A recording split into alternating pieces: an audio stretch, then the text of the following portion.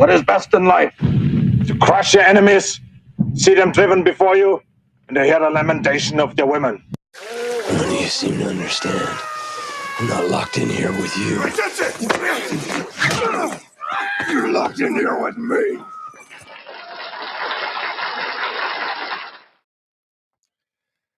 All right. What is it, Sunday night already?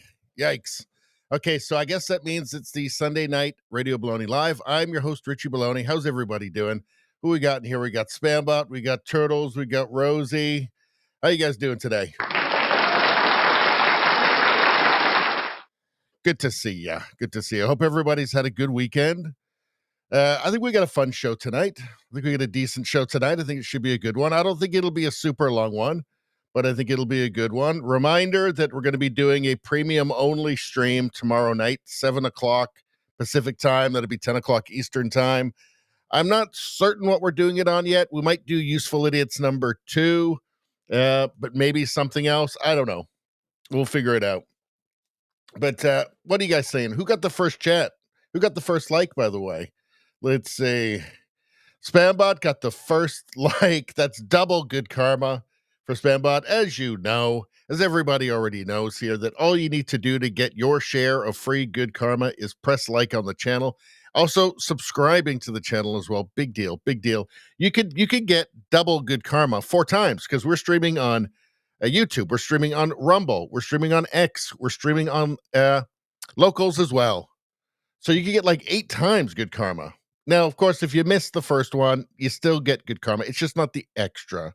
So, but just show up more times during the live streams and you'll get your karma back. Don't worry. And next time, be a little bit earlier. That's all I'm saying. That's all I'm saying.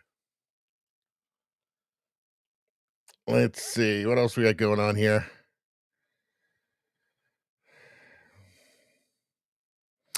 Turtle says, absolutely crazy news weekend. Still don't know what went down in Boulder. Well, we've got a bunch of stuff. It's not. I don't think we got everything that happened this weekend. Yeah, this is not going to be like a 4-hour one tonight. Let's see. How you doing, Rosie? Good to see you. Oh, yeah. Crazy news. Zebra running wild in Tennessee. We've got that. We've got that. I saw that. You sent that text. I saw that. We've got it. Jamis got first like on Commie YouTube. That's double good karma for you right there. Right there. Right in your pocket. Why would anybody not just take that? It's right there for you. You can just take it. The gatekeepers can say nothing. You can just take that double good karma. God knows what's going to happen. You could be, you know what? You could be walking along and then like I don't know, something falls from the sky and it just misses you. But if it had hit you, it would have killed you. But it didn't because you had that good karma looking out for you. That good karma, you know where you got it. Let's see. All right. Let's go through the menu. What are we talking about? First, we're going to do some...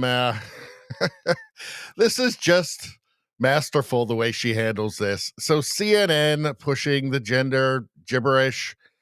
This stuff is not grassroots. It's top down. You have these talking mannequins on places like CNN who they have to say it. They have to pretend. And it's weird and it's surreal watching it. This will be very interesting. We're going to take a look at that. Of course, we're just going to see the stuff we're going to deal with. This is a golden oldie here. We're going to go back to it. It's great. But we just are going to very quickly look at the menu, what we're going to talk about. Then we'll go back and go through everything in detail after we go back to the chat again. So the Carney government, the genius, the super responsible, the economic genius, the PhD Harvard economist, Mark Carney, is not turning out to... doesn't appear to be very fiscally responsible. He's one of those, I think he might be one of those socialist destroy the economy economists, I think. You know, one of those economists like they had down in like Venezuela or in Argentina before they got Milei. Because Milei is an economist too. He's just a different kind, the better kind. Carney government tables $486 billion spending plan with few details. None of this is feeling at all responsible or buttoned down or moderate to me at all. It all feels like a bunch of globalists making decisions and feeling that it's totally unnecessary to be held accountable by the people. So what else is new in Canada? Elon Musk posted this, and when I saw this, my God, I can barely even watch this. Good Lord, Nazi right there.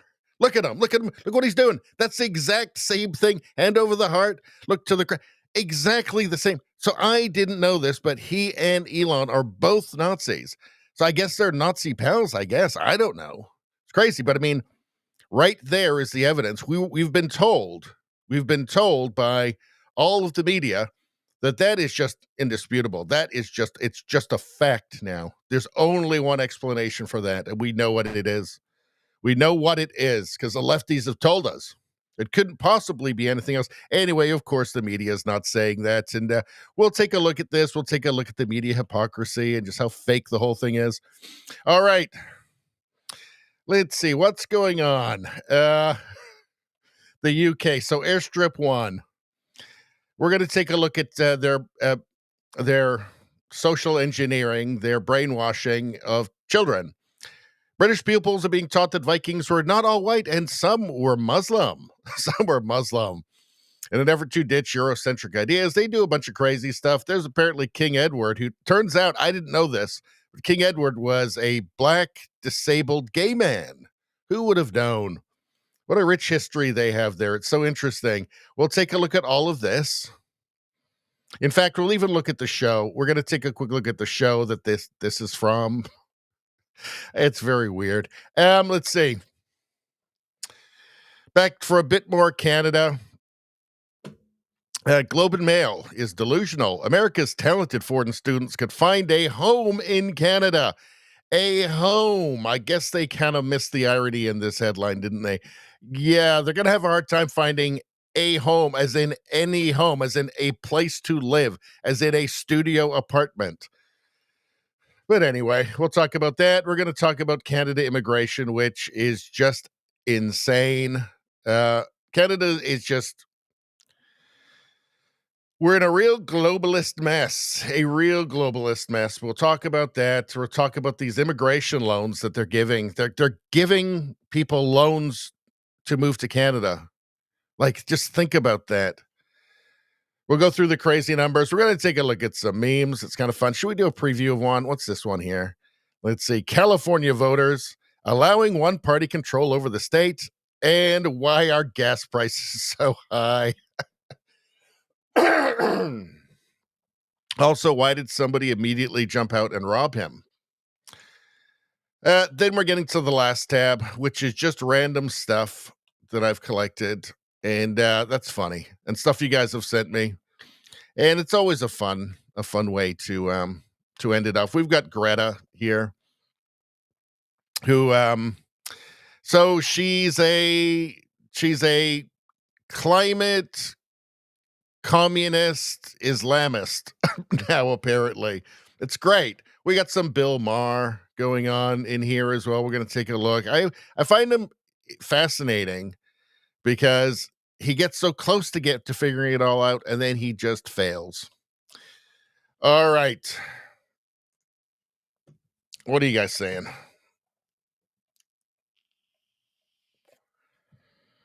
Let's see.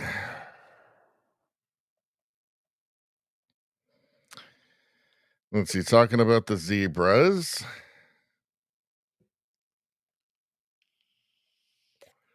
Drama says first double karma like still available on X. Really? Somebody should get there fast. Let's take a look. Yeah, get there fast. I think you can still get it. People. All right. Turtle says Cory Booker is writing a book. He just needed fodder. I find it hilarious. The whole thing is hilarious. All right. So I guess we'll just get to it. Let's just get started. We don't need to tarry.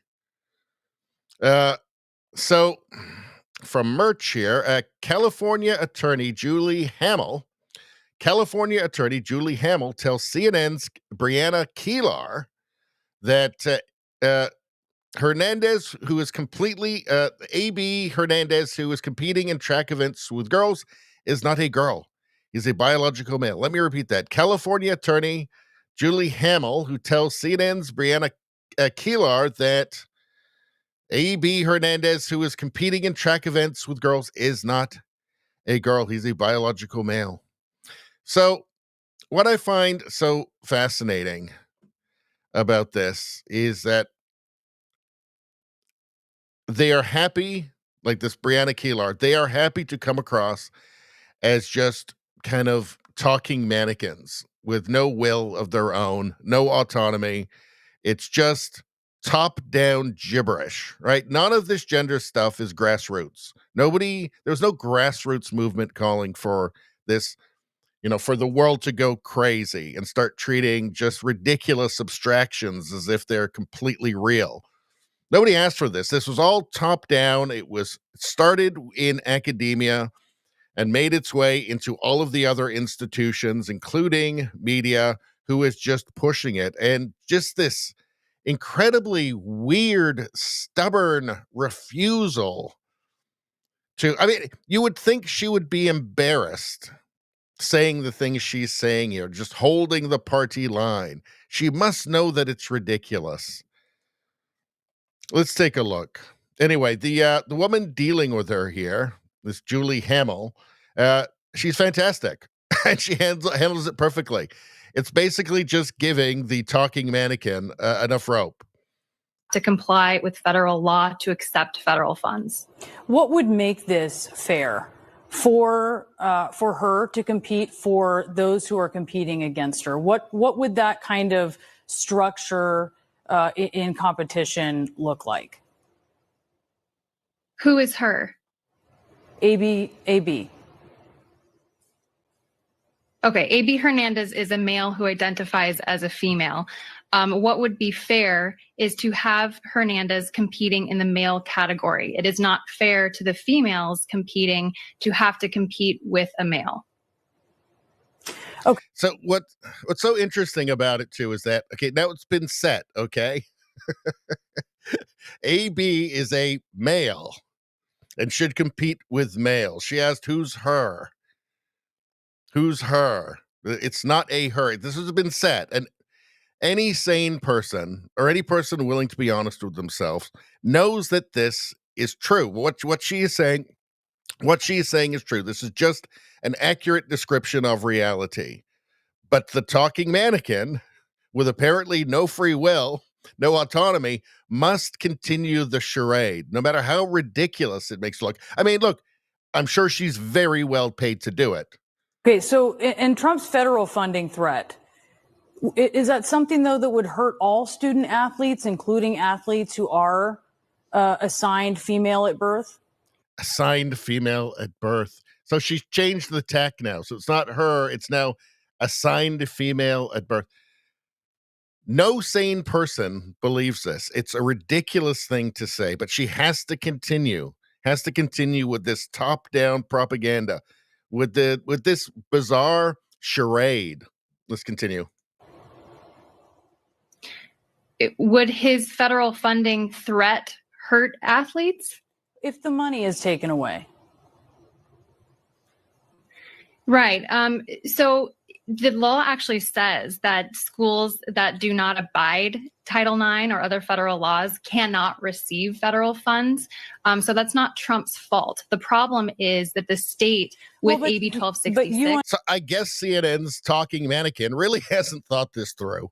Understand, Julie, there's two views here on Title IX. So just to be clear, not everyone agrees with you on how you're viewing it. So in that regard, if you were to take away the funding on as it pertains to trans athletes, not everyone agrees with you. I think we just have to be clear about that. If you are taking away the funds for athletes, student athletes in California, isn't that going to hurt all of them?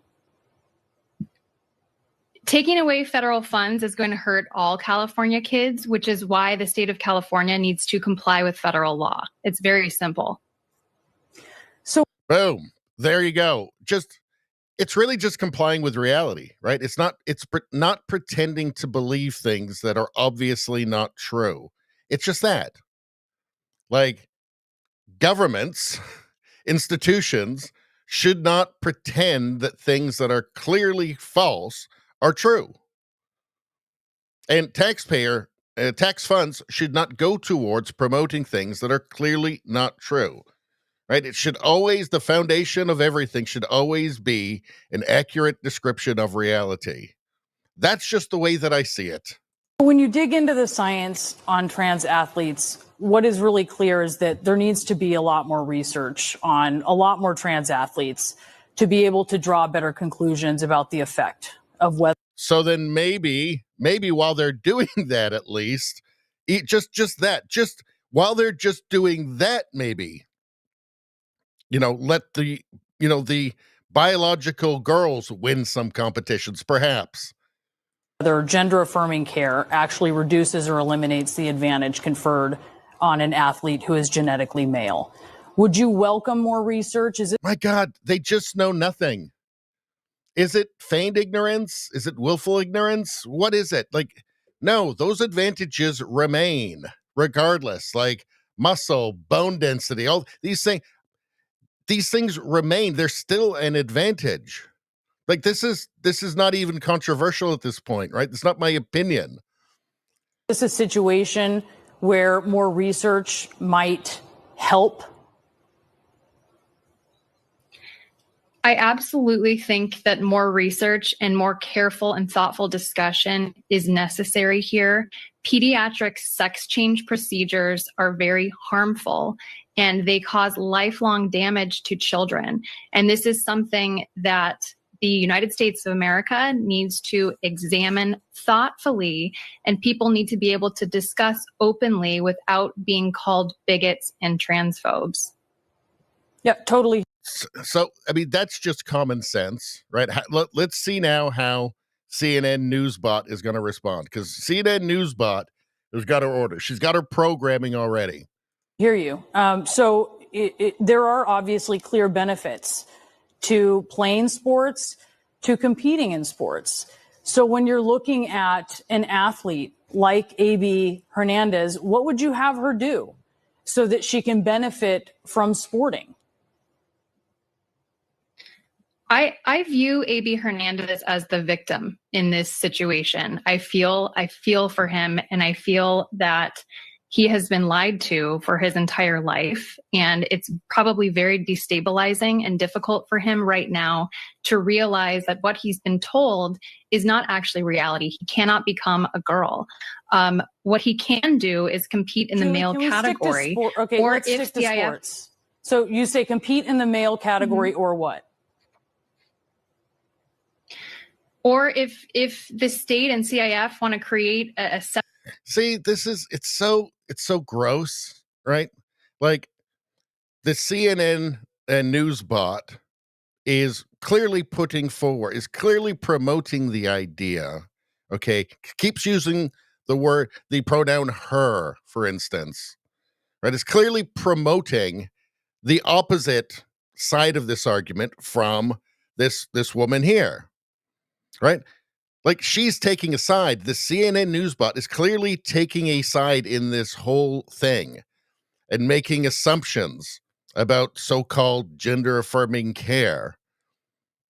But do you see how it's always an attempt at this asymmetrical war? So when the woman that she's interviewing starts saying, "Yes, I think that he is a victim of this ideology," that's totally appropriate, because clearly CNN Newsbot is promoting the ideology. So the counterpoint is totally appropriate. But no, now we're getting off topic. Separate category for people like AB Hernandez, and that's something that they want to do, fine. It is not fair to female athletes who have worked their entire lives for this kind of competition, who also, by the way, cannot speak out for fear of retaliation, which AB Hernandez's mother has personally threatened against them. So it's very unfair for our girls and women in California to have to compete with males, have to share facilities with males, and then not be able to speak up about the unfairness because people are going to label them as bigots. Julie Hamill, thank you so much for being with us. We appreciate it.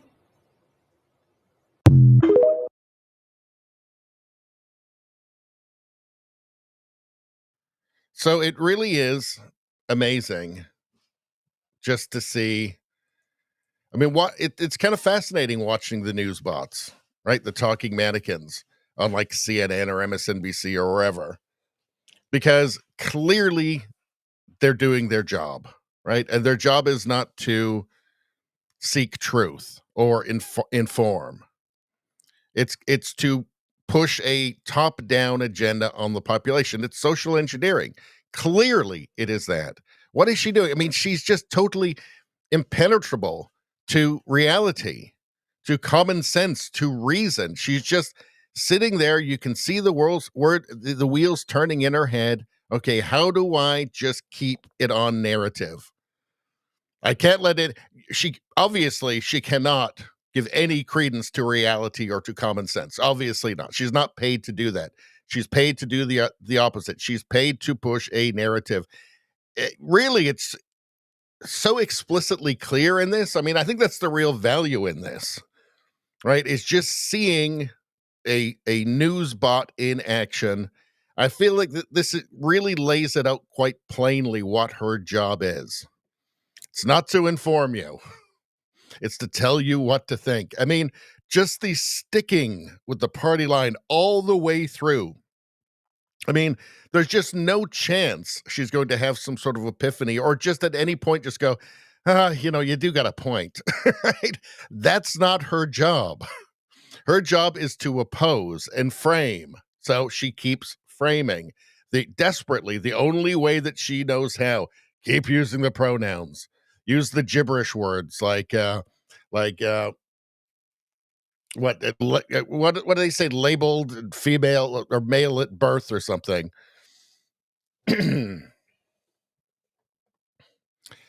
It's just she's got to keep the framing up all the way through in this kind of desperate attempt to just stick with the narrative, stick with the story.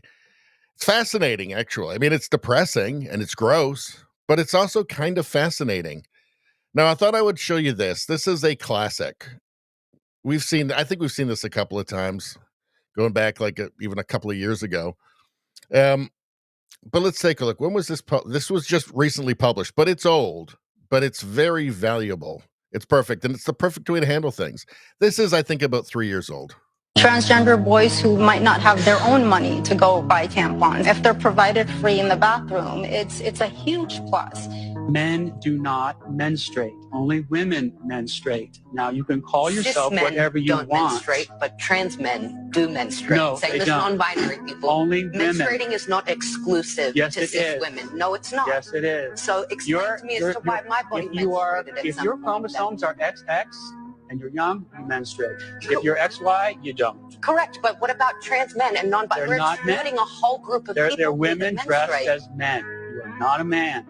You can pretend to be a man, and that's okay. That's perfectly fine. Live your life. Tell me what a man is.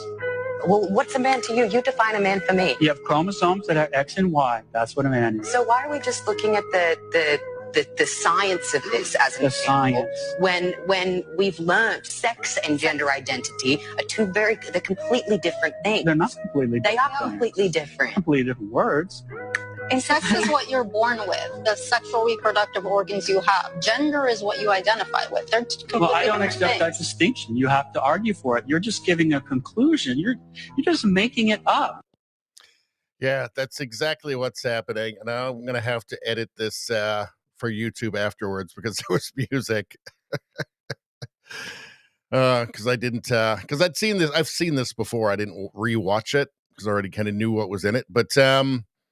But the point about experts, so-called experts, says, well, the word's been redefined, so that means it must be true. Every ridiculous thing that we make up in the imagination land of our ideology is true because we just decided to redefine a word. That's really progressivism at its heart, isn't it, really? It's just redefining words so that they mean what they want the words to mean. It's ridiculous and very, very silly. Yet it's actually taken seriously. And we have just absurdities like this from a Hazel Appleyard. Let's see. Charleston County woman charged with exploitation of a minor. Charleston County woman. Woman, they say. Let's take a look at this dainty lass. Right there. That's the woman. So this is obviously insane. Like, gender theory should go just for this, right? It doesn't matter if we are describing reality accurately or not. Like, it doesn't matter if we're pretending that things that aren't true are true, because it gets into literally every aspect of how you run a civilization, how you run a country. Everything will start to become dysfunctional if it's normalized to pretend that things that aren't true are true, and to compel people to commit a crime against their own conscience by having to pretend to believe things that aren't true, having to pretend to believe that things are true that aren't true. And the lunatics are fine with this. Charleston County woman. And there. I mean, maybe it's important in, like, maybe this guy's on the loose. Maybe it's kind of important in describing somebody dangerous for the public so they know to avoid. All right. Total lunacy. All right, let's get to the chat.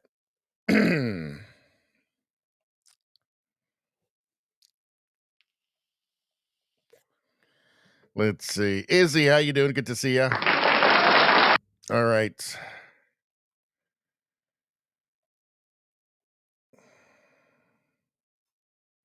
Rosie says the percentage of the population that is trans is very small.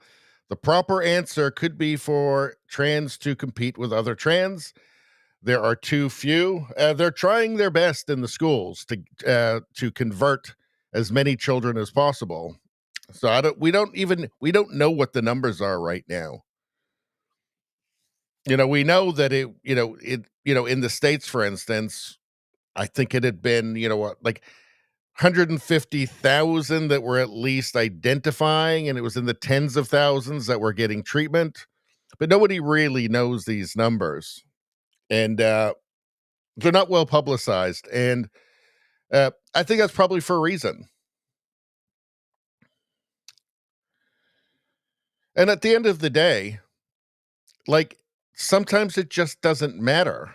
Like, sometimes you just can't do things because you just want to, right? Like, there's sometimes you just, like, there are some limits in a society. Like, we can't just do whatever, like, you can't just do whatever you want all the time. There has to be some sort of social contract, right? And sometimes society just has to say, no, this is silly. We're not doing this. It's very silly.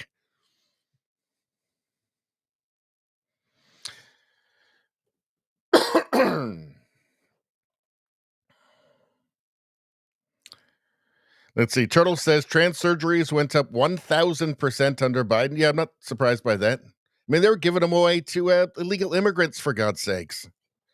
Izzy says it's brainwashing. Yep. Rosie says, have you ever held babies? Baby boys are solid and feel heavier than girl babies of similar size. Girls feel much lighter. Rosie says, CNN bot is promoting illegal side.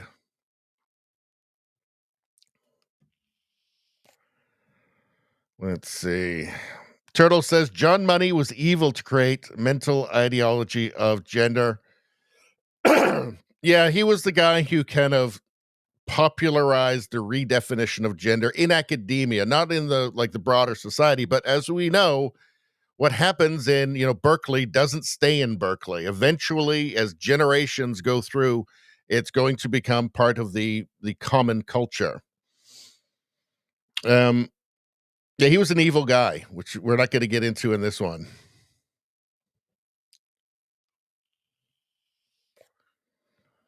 Let's see.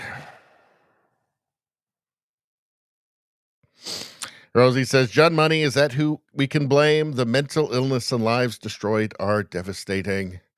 Yep. Let's see. Turtle says he was one of the many. Sigmund Freud, too. His family owns Netflix. I didn't know that.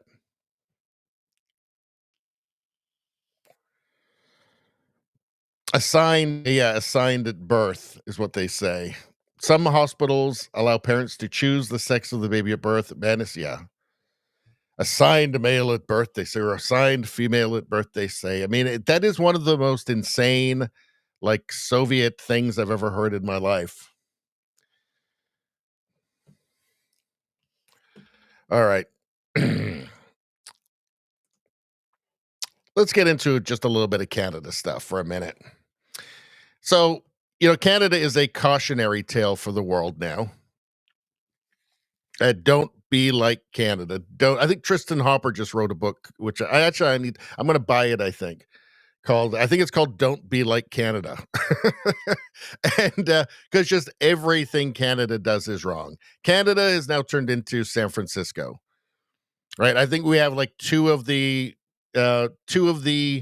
highest rates. We have two cities in Canada now that have the highest rates of property crime in North America. Like it's actually getting really bad here. Canada is a basket case. And of course, we proved that we're going to do nothing about it by re-electing the Liberals again after 10 years, after they had turned Canada into a different country, after Justin Trudeau and his radical progressive buddies in the Liberal Party turned Canada into a different country. Canada is not the same country. When Trudeau took office, young people could still afford to. It was difficult, and it was getting harder, but it wasn't, totally impossible to like buy a nice little house somewhere that's not an 8-hour commute from work to start your family in. That's gone. That's gone now. Unless you're inheriting, you're basically screwed. Unless you've got like a very wealthy family, you are basically screwed now. If you're a young couple in Canada, in a lot of Canada, there's still some pockets where it's more affordable. But in a lot of Canada, you're just done. You're screwed. Can you still call yourself a first world country if young people can't even have no hope of buying a house to start their future, where young couples have no hope of buying a house to start their family and their future, and so that they'll have equity in retirement? Are you still a first world country at that point? I'm not sure. That's how different Canada is. That's a very different country than the one that I grew up in. Carney government tables $486 billion spending plan with few details. Now, let's not forget, Carney was the genius economist with that sparkling resume. Don't look too close at it. Don't look at the details. But great, though. I mean, if you just look at it on a piece of paper, just the titles, it's great. Don't look too close. Don't look any further, though. Don't look any further. And the mainstream media in Canada certainly wasn't interested in talking to anybody from, say, like the UK after Carney had been the chair of the Bank of England. They didn't want to go that far. They just wanted to say the title and how impressive the title was. They didn't want to look any deeper, though. But anyway, so Canada was sold on Mark Carney as this button-down moderate who's responsible, and he knows how the world works, and he's going to dig in and get everything done. Yeah, no, he's not. This is even worse than Trudeau. He's actually worse than Trudeau. Carney government tables $486 billion spending plan with few details. See, the details part, I mean, he was supposed to be right on top of that, the details part. Supposed to be a details guy. looks like he doesn't actually want us to know what's going on. I'm guessing because he's going to rob the country blind. The Carney government presented Parliament Tuesday with a plan to spend about, let me see if I can get a better, there, that's a bit better. There. Okay. The Carney government presented Parliament Tuesday with a plan to spend about the same amount of money in the fiscal year ahead as the Trudeau government did in its final year, about $486 billion, a plan that left the Conservatives unimpressed. Quote, just like Justin Trudeau, Mark Carney's spending is absolutely out of control. In fact, it's worse, Conservative leader Pierre Poilievre told reporters outside the House of Commons. And yes, and this is, keep in mind that Justin Trudeau doubled the national debt. So Canada now spends more money servicing just the interest on the national debt than it spends in transfers to the provinces for healthcare. Just think about that.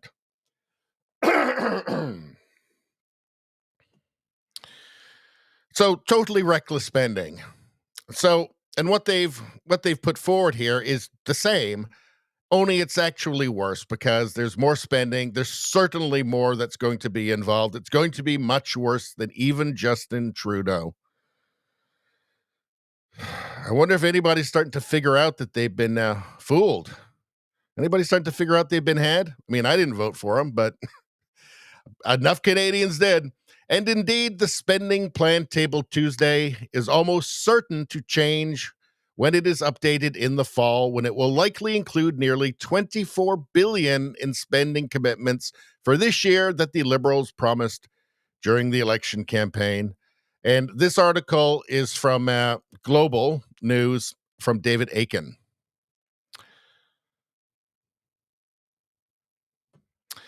There was no evidence that the spending plan tabled Tuesday contained, for example, $3.5 billion that campaigning Liberals said they would spend this year on a trade diversification corridors fund. So that's, having one market instead of, all the different provinces having their own trade laws and just having an, free trade within Canada between all of the provinces, which for some insane reason we don't have now.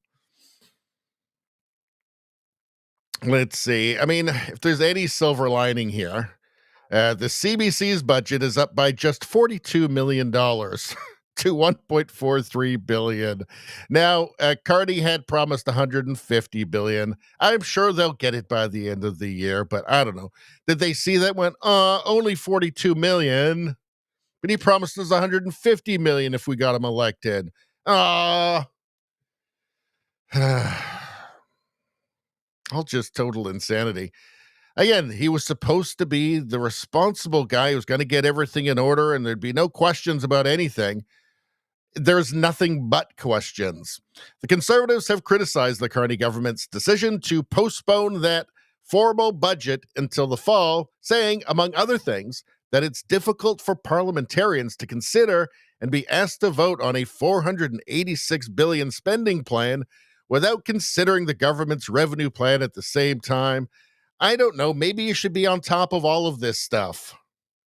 Again, this was the pro. Mark Carney was the pro who's going to come up and clean everything up, get everything in order. No, first it was, well, we don't even need a budget in 2025, which I think shocked some people. I wasn't shocked. I think that Carney is a robber baron. I thought that from the start. Then it became, when that became incredibly embarrassing and seeming to be the exact opposite of what the CBC teleprompters promised us if we voted for Carney, which I didn't do. Then there was, there'll be something in the fall, maybe a budget, something in the fall, I guess, if we have to.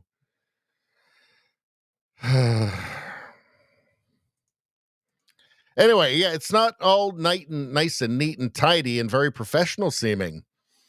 The main estimates tabled Tuesday by the Carney government do not include $74.1 billion in spending in the current fiscal year that the Trudeau government committed to in the 2024 fall economic statement. Those items include spending an anticipated $28.8 billion on unemployment insurance benefits and $29.6 billion in Canada child benefit payments. So, yes, there was a bunch of promises, of course, because what do socialists do? They just promise more.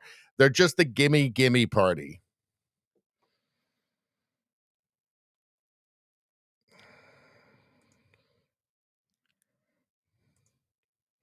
Where's the money going to come from? Well, Carney tells us it's going to come from catalyzing. So can't you just feel that catalyzing? Oh, man, some of that. Give me some more of that sweet catalyzing. When all the spending commitments from the 2024 fall economic statement are added to the spending plan described in Tuesday's 2025-2026 main estimates, the projected total expenses for 25-26 rise to $554 billion. Again, that's before any Liberal election funding commitments are factored in. It's a disaster. It is a disaster.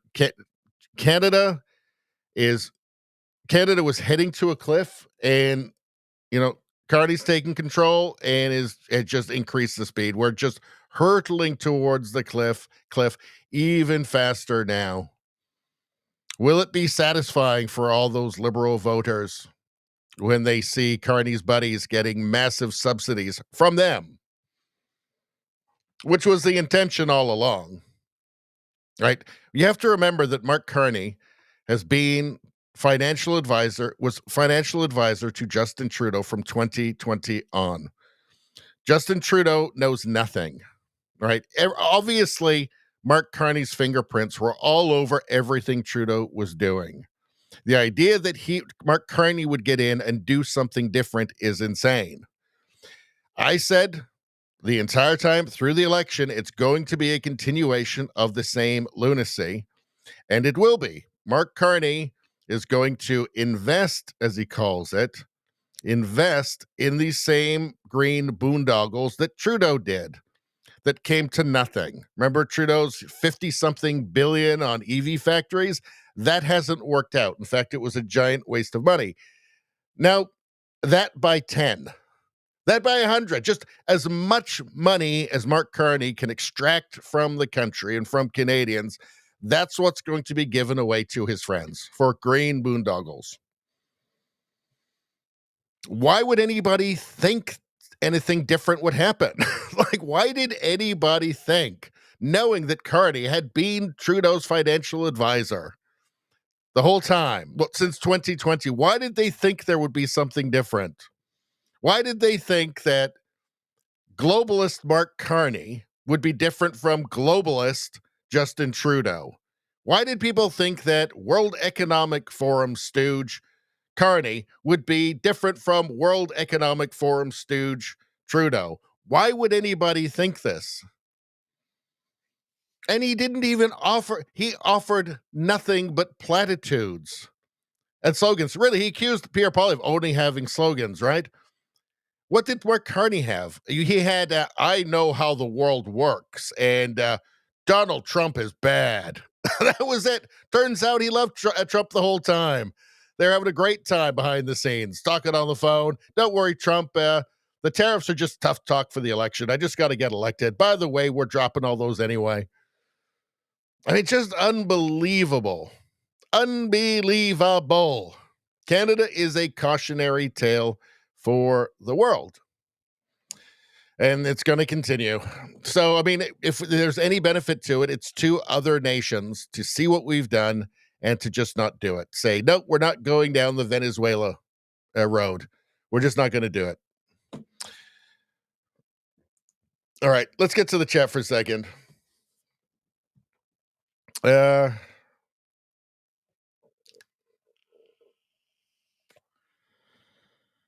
Let's see.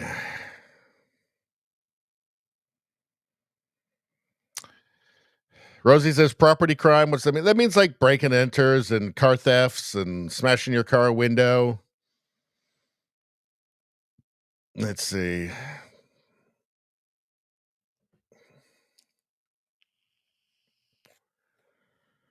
As he says, just learning there are missing ballots in the recent elections here. Yeah. The Canadian election was a lot messier than normal for some crazy reason. Turtle says, Commie Carney stated he was done with the U.S. He is going full CCP with karaoke on the side. I don't even understand. Like, clearly he loves China. Spent a lot of money. Brookfield, he negotiated a $250 million loan for Brookfield from China, Chinese state bank last year. Not like 10 years ago, last year. There's pictures of him with Xi. He wasn't a world leader. What was he doing there? He obviously has deep ties with China. He obviously had zero interest in any of the assistance that he was getting during the election from the CCP. Clearly, he wants to align with the CCP. But he's also very friendly with Trump. Trump loves him. Trump's like, yes, please put all those carbon taxes on your industry. Please do that. I'm happy to take him down here. Please send all of your industry to me, Trump says. Trump loves them. I'm still not quite sure what Carney's getting out of it exactly.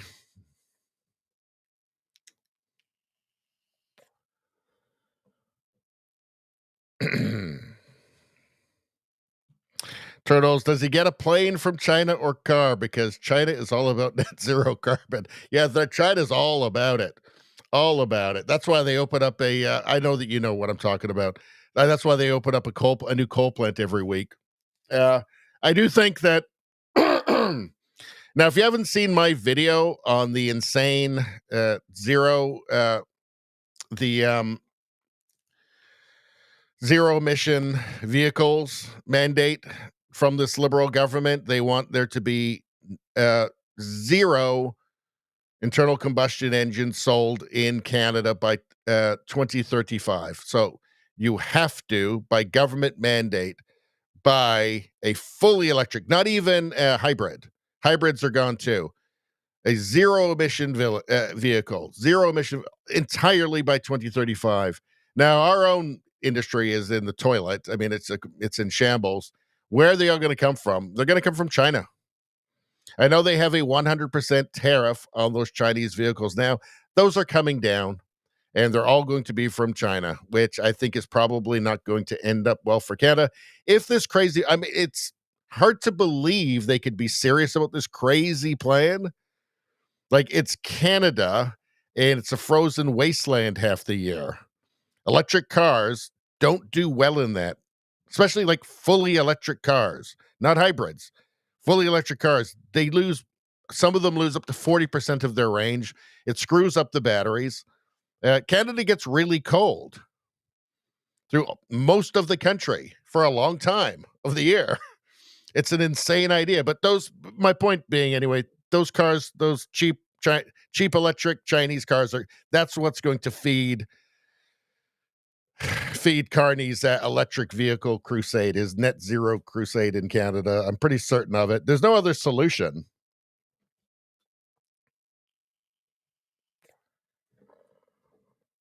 Let's see. Turtle says, I keep getting kicked out. Kicked out of what? The chat? Oh, that's weird. There are glitches sometimes, though. All right. Let's see. Are they going to give me any ads tonight? Oh, if I get enough people, I can read some ads. All right. Hold on.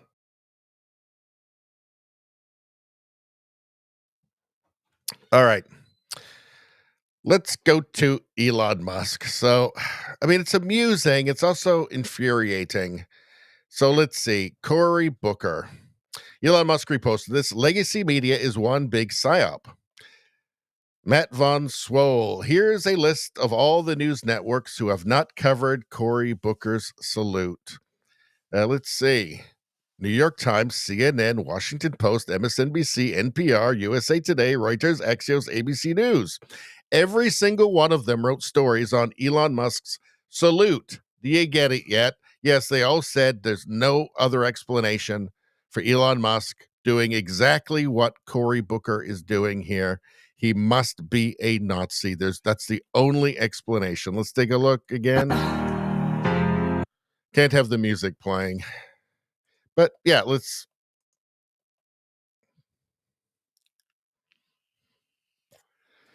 that is exactly what Elon Musk did. Exactly. In fact, we must have it in here somewhere. It's got to be down here somewhere. Hold on. All this stuff I've collected. No, it's not for some reason. Okay.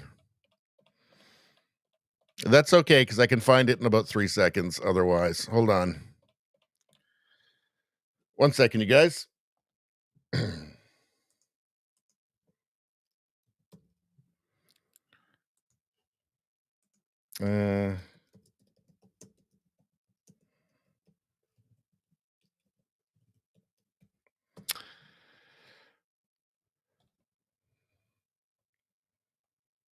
Oh, here we go. Perfect. Okay.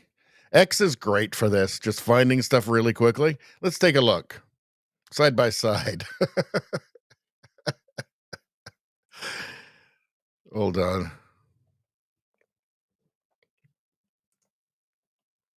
There we go. Exactly the same thing. And of course, you know, you have all of the rest of because it's just a common thing the public speakers do.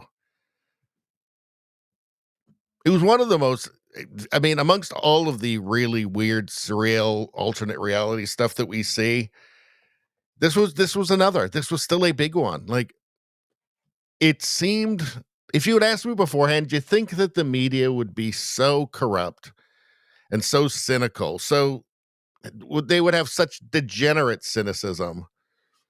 They would actually claim seriously that Elon Musk was giving a Nazi salute by doing this. I would have said, I mean, I guess so, but it just seems so, it's so ridiculous. It's so idiotic that you'd think somebody would say, well, we can't do this. I mean, that's just, people aren't that dumb. Well, it turns out some people are that dumb. But there you go. There you go. In fact, not only are they not accusing him of what they accused Elon Musk of for the exact same thing? Oh, hold on a second. Not only that, MAGA accuses Democratic Senator Cory Booker of doing Nazi salute. That's Newsweek. Let's see. Newsweek. Elon Musk's daughter attacks Trump's order, addresses Nazi salute. Russian TV blurs out Elon Musk's Nazi salute. 80 years after Auschwitz, Musk keeps the fascist salute alive. Opinion. Newsweek. Cory Booker, MAGA accuses Democratic Senator Cory Booker of doing Nazi salute. Could you believe that? Can you believe that? You can't believe a word those people say. They're just so wrong. That's misinformation and disinformation and malinformation and all of the informations. It really does beggar belief. It beggars belief. Look at this. Keith Olbermann. I mean, he's actually totally irrelevant at this point, but he's a car wreck, right? So he's a car wreck that we're passing on the road. We have to take a look. Keith Olbermann. Musk's hand is closed, fingers together. That's a salute. Booker's fingers are opened. That's a wave goodbye. Your brain is devoid of cells. That's an IQ of 27. I mean, it's funny if it's not so sad and deranged. It does illustrate the kind of mindless smugness of these people. Nazi salute is fingers held together. Let Musk demonstrate it for you, child. Nazi salute requires that the fingers be held together. I know this guy is a joke. I mean, I think he's even a joke on the left now at this point, but boy, oh boy. Defiant Tells described Keith Olbermann in one word. Retard. Retard. I'm sure Retard Finder has been on him. Let's see. Elon Musk posted this. Elon Musk. Fate loves irony, but hates hypocrisy. Legacy media like Newsweek lie relentlessly. Newsweek when it's Elon, Newsweek when it's Cory Booker. Pure trash propaganda. Yeah, So these ones that we've gone over, MAGA accuses Democratic Senator Cory Booker of doing Nazi salute. 80 years after Auschwitz, Elon Musk keeps the fascist salute alive. That was January 27th. This is May 31st. It's just a few months apart. I mean, it's hilarious. Is it satire? Is Newsweek just a satire site now? Are they trying to compete with the Babylon Bee? It's weird. It's just weird, I tell you. So, I don't know. I mean, what can you do? What can you do? What a weird world this is. All right. Let's hit the chat for a second.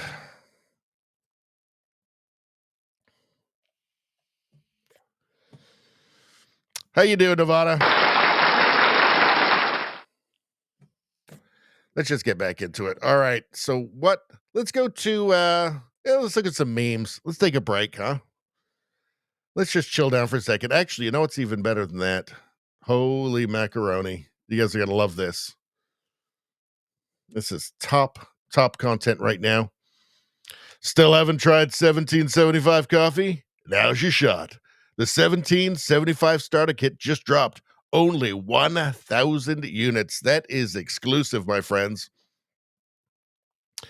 You're getting the bold dark roast that hits harder than a CNN fact check, the smooth medium roast, and the Vitality Mushroom Coffee for clean energy and laser focus. No crash, and also no communism. All single origin, small batch, toxin-free, and mold-free. Plus, you're also getting a gold spoon clip because freedom isn't scooped with plastic. That's an excellent point. A frother strong enough to stir up your coffee and your mother-in-law's political opinions. That can be dangerous. And a black 1775 tumbler that says, I don't take life advice or caffeine from a woke sea witch. And let's face it, probably a dirty commie as well. $170 worth of coffee and gear. Yours for, can this be real? Can this be real? I got to reread this. $170 worth of coffee and gear. Yours for $99. That's less than $100. This is for the ones who've been watching 1775 blow up on Rumble, wondering if it's actually worth it. Spoiler alert, it is.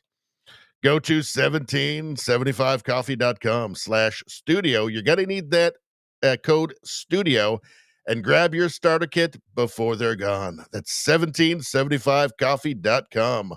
Bold beans, clean fuel, and a morning routine that stands for something, just like Rumble does.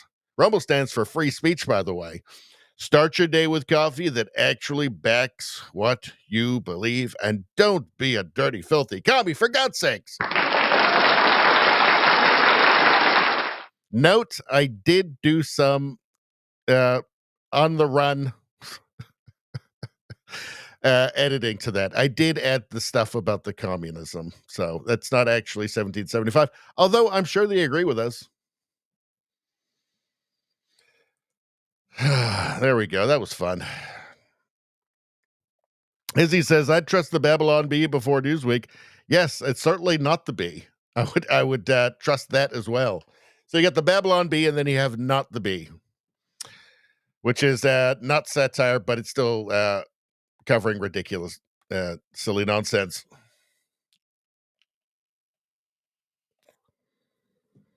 Izzy says, coffee ad, just what I needed. Well, that's what I'm here for. Rosie says, coffee, great growls, bold, commie hate. 1776 out of 10. I do believe that's the most out of 10 you can get. Thank you, Rosie.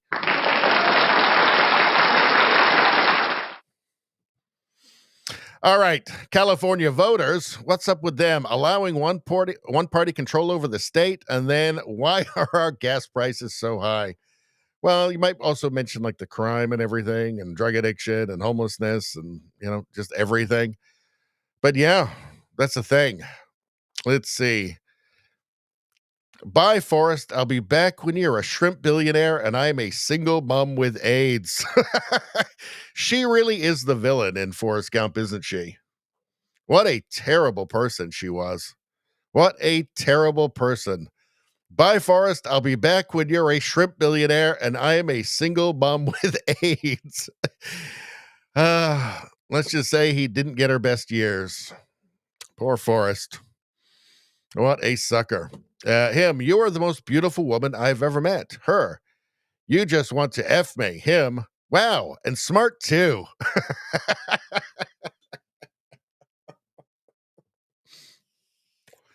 That's the best response. Let's see. Pride is prideful, apparently. The 6 other deadly sins, watching Pride get its own month for some reason.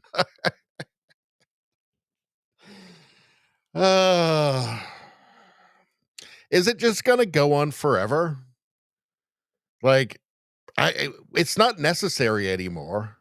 I mean, culturally, it's not necessary anymore to have this month celebrating a sexual orientation. And now it's actually just really a kink and fetish festival, it appears to me. Like, why is it necessary anymore? I don't understand. Like, it's not illegal. It's not like, it's not like it's not a matter of being discriminated against. It's about now having privileges, right? Like, I don't understand why it still exists. What's the point? It's not needed. If the goal was like gay marriage, for instance, well, it's there. Got it. Done. I don't know. It's strange. It's come a long way from, like the 70s where it's just a bunch of guys like just wearing like suits walking down the street. A lot different. Anyway. Communism. Always one murder away from utopia. That's right. Just one more and everything will be perfect. Which reminds me to remind you that I think tomorrow, I'm not going to guarantee it, but if I can get enough work done in the meantime, we're going to do Useful Idiots number 2. So we started out with Useful Idiots number 1, a series of, I think maybe we'll do maybe 3 of them, but it's dirty, filthy commies, useful idiots, Western communists, who end up meeting their heroes, getting the communism that they want, and it goes very badly for them. So the last one was Malcolm Caldwell, who was a Scottish communist who went to Cambodia, got to meet his hero Pol Pot, and 3 hours later, Pol Pot had him executed. So don't meet your heroes, folks, especially if your heroes are psychopathic mass murderers. So anyway, I think we got another one coming up. Probably tomorrow. If I can't get enough done in between, then we'll do something else. But I got to do a premium stream. Might as well get started early because I've got to do 5 hours a month to stay with the Rumble Creator program, which has treated me pretty good so far. And also, people, listen to this. At the end of the month, from the 21st until the 30th, I think, I am going to be gone on one of my road trips. So I got to do it before then. I got 3 weeks. All right. Them, define woke. Me, okay. New Amazon show. The King of England is black, gay, and disabled. We're actually going to circle back on this a little bit later in the stream. What's this? If the original Star Trek appeared in the 70s. I like it better. Yeah, what was it? Like 67, 68, 69, something like that. I think I prefer the 70s one. It's more hilarious. Especially Spock. 70s Spock is great. All right, we already saw this one. I'd like to read it again, though, because this is really a classic. So I was like, I'm the son of God. And they were like, no way. And I was like, Yahweh. Yahweh. Get it? All right. Let's move on. I think we've done all that. All right. So let's go. Oh, yeah. So here we are. Straight back to this. So back to Airstrip 1. What we're calling the UK.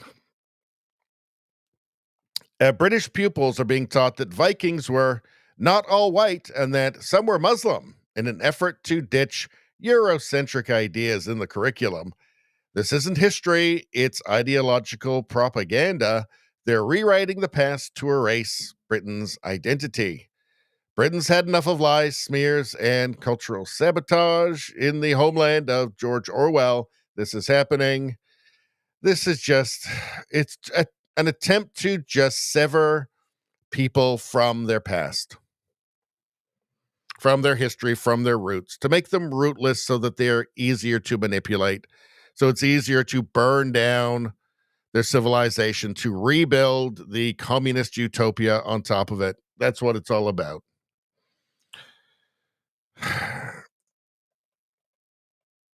Airstrip 1. Dinesh D'Souza, did you know that black people built Stonehenge? That Nero married a trans woman? That when slaves had their body parts mutilated, it was a form of gender transition? Ridiculous. Yes, that's what they're teaching children in the UK. Let's hear this. Stonehenge was built by black people. Now, woke schools teaching pupils that Stonehenge was built by black people, Alex. Yes, so children are being taught that Stonehenge, this is a story Mail Online today, Stonehenge was built by black people, and the Roman Emperor Nero married a trans woman. These are the stories that are being, and they're also being told in pro-transgender lessons that slaves had their body parts altered, and it was a form of gender transition. I mean, you couldn't make it up. Now, woke schools teaching pupils that Stonehenge was built by black. How does it happen? How does it happen? I mean, this isn't grassroots. There's no grassroots movements demanding these kinds of ridiculous lies. It's all top down. It is all top down. It's part of a plan to make people rootless and without culture, without history, and without identity. It's only Europeans that are not allowed to be the indigenous people of Germany or England or France or wherever, right? They're not allowed to have their own identity. Only Europeans. Doesn't seem fair. Seems like it's part of some plan to me. Hold on. Yeah, and then we saw this. I saw this as well from Libs of TikTok. This is actually from last summer. They made the King of England a black, disabled, gay man in Amazon's new show. It's actually, yes, Amazon's new show, My Lady Jane. No, this isn't a joke. This isn't grassroots. This is top-down cultural engineering forced on the people. In My Lady Jane, the show reimagines the historical period by introducing... In My Lady Jane, the show reimagines this historical period by introducing a king who is black, gay, and disabled. This character deviates significantly from historical norms or real history. Let me just repeat this. This character deviates significantly from historical norms or reality and serves as a central point on the show's narrative. The show is a fantasy costume drama based on Brody, blah, blah, blah. All right. None of this stuff is grassroots. It's all top-down, pushed on populations. It's ridiculous. You can't do this with any other culture. And, let's face it, in China, if you wanted to start pushing this same sort of thing, if you wanted to make, the Han Dynasty all, Somalians, they would laugh at you. It would be so absurd. It is so absurd, and they'd be right to laugh. There's only one group of people, which is not even the same group of people, because Germans and Italians are not the same, and English and Germans are not the same, right? There's only one group of people. Canadians and, European Canadians and Czechs are not the same. It's not the same cultures. They're different peoples, right? But of course, it has to all be the same thing. They're just white, and therefore bad. Nobody else has to deal with this shit. They would just laugh at it, right? It would be called actually racist if anybody suggested it. So strange. I worry deeply for the UK. I worry deeply for them. It feels like it's just, preparation to become a caliphate for some reason. I think that if that were the case, if that were to come to be, I think England would be worse. That's what I'm saying. I'm just going to come right out and say it now. I think England would be worse as a caliphate. It's so sad, too, just this proud island with these proud people who've accomplished incredible things, just disappearing, essentially, their culture just disappearing with a whimper. Just being replaced. It's genuinely sad.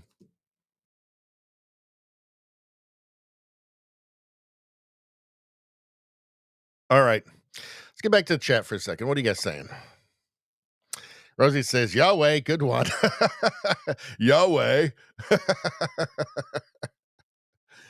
Let's see. Rosie says, seems it is not only about having privileges, but also making sure no one else has privileges. Yes. Let's see.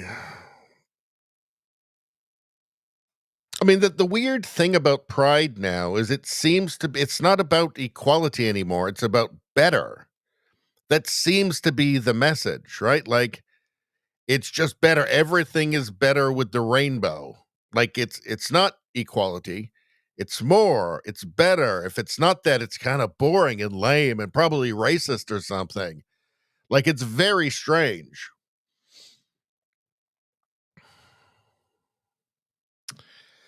Let's see. What it says, and black people founded Canada. Well, apparently everything. Everything now. Apparently that's what we're hearing. Rosie says, using 1984 as a handbook. Absolutely 1,000%. Let's see. Oh, there we go. Anyway, Globe and Mail was just this headline. America's talented foreign students could find a home in Canada. This is the hilarious thing. The hardest thing is going to be for them to find a home, just literally a place to live in Canada.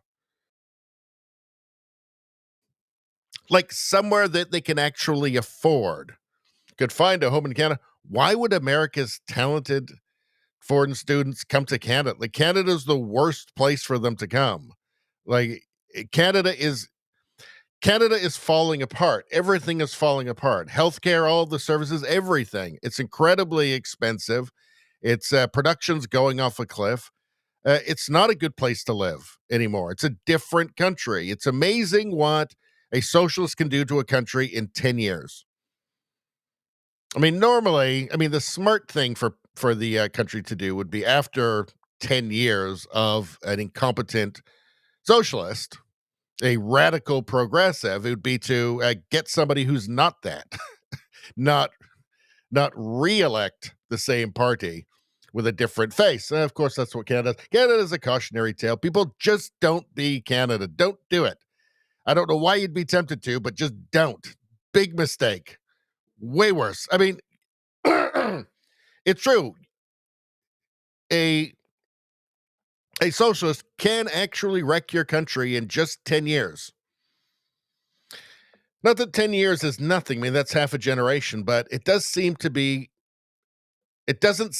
enough time to go from a country where young people can have hope for a future where they could, like, for instance, buy a house, start a family, to, in 10 years, that's just completely off the table. 10 years doesn't seem like long enough for that to happen, but that is what happened in Canada.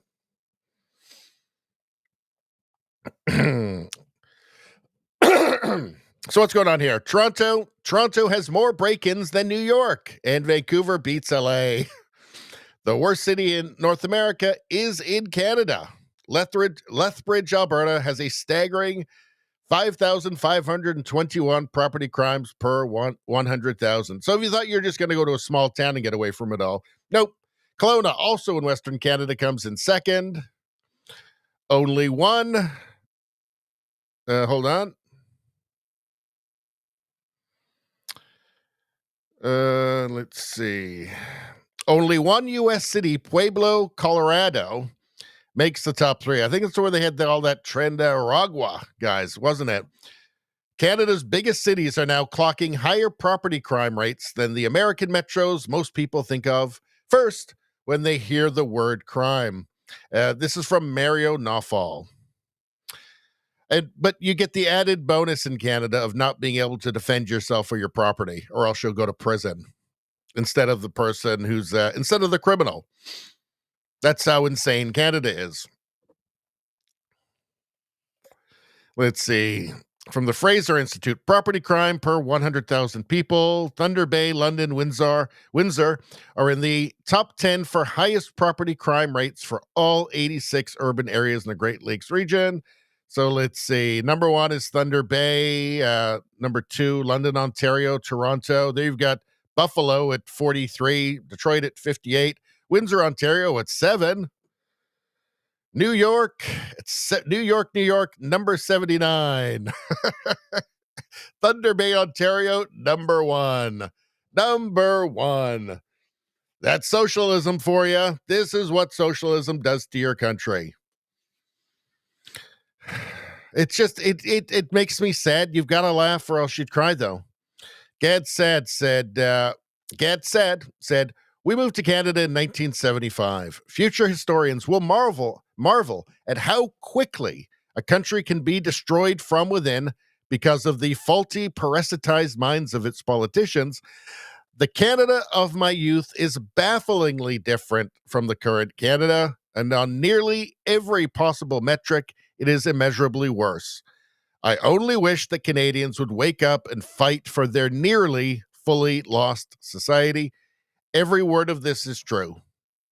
Every word of this is true. And this is coming from a guy who had to escape from Lebanon with his family so that they weren't slaughtered.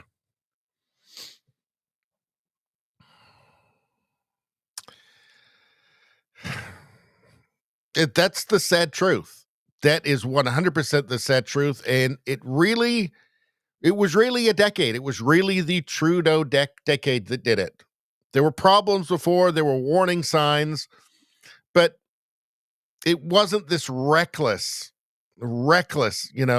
drive towards this reckless stampede towards the cliff that we see now. That's going to continue. A lot of Canadians are going to be very surprised in a year, 2 years, 3 years, when they see the state of their own finances of the Canadian dollar. The equity they thought they were going to have. India leads with 45.8% of 834,000 study work permits in Canada. Canada has approved 834 temporary resident applications already in 2025, with India accounting for 45.8%, or 382,000 permits. Here is a lineup for a minimum wage job in Vancouver. This is a lineup for a minimum wage job in Vancouver. So there's over 800,000 there, students and temporary workers. That's on top of the 100,000 permanent residents that were granted in the first 3 months of this year. So that'll be over 400,000. I'm sure it'll speed up as the year goes on. Probably end up somewhere around 500,000. Why? Why is this happening? How does it make sense? How does it make sense to bring in well over 1 million people every year when this is a lineup for a minimum wage job?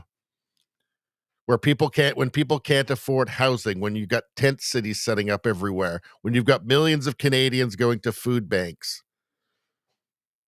We don't need more workers. We don't need more people. It can only hurt us. Why? It's not rational. It doesn't make sense. I mean, I would challenge the great economist Mark Carney to tell me why it's a good thing as we go along this path of people lining up for a minimum wage job, why it's a great idea to bring in, 1.2, 1.3, 1.4 million people a year on top. You'd think that the media would have some interest in this.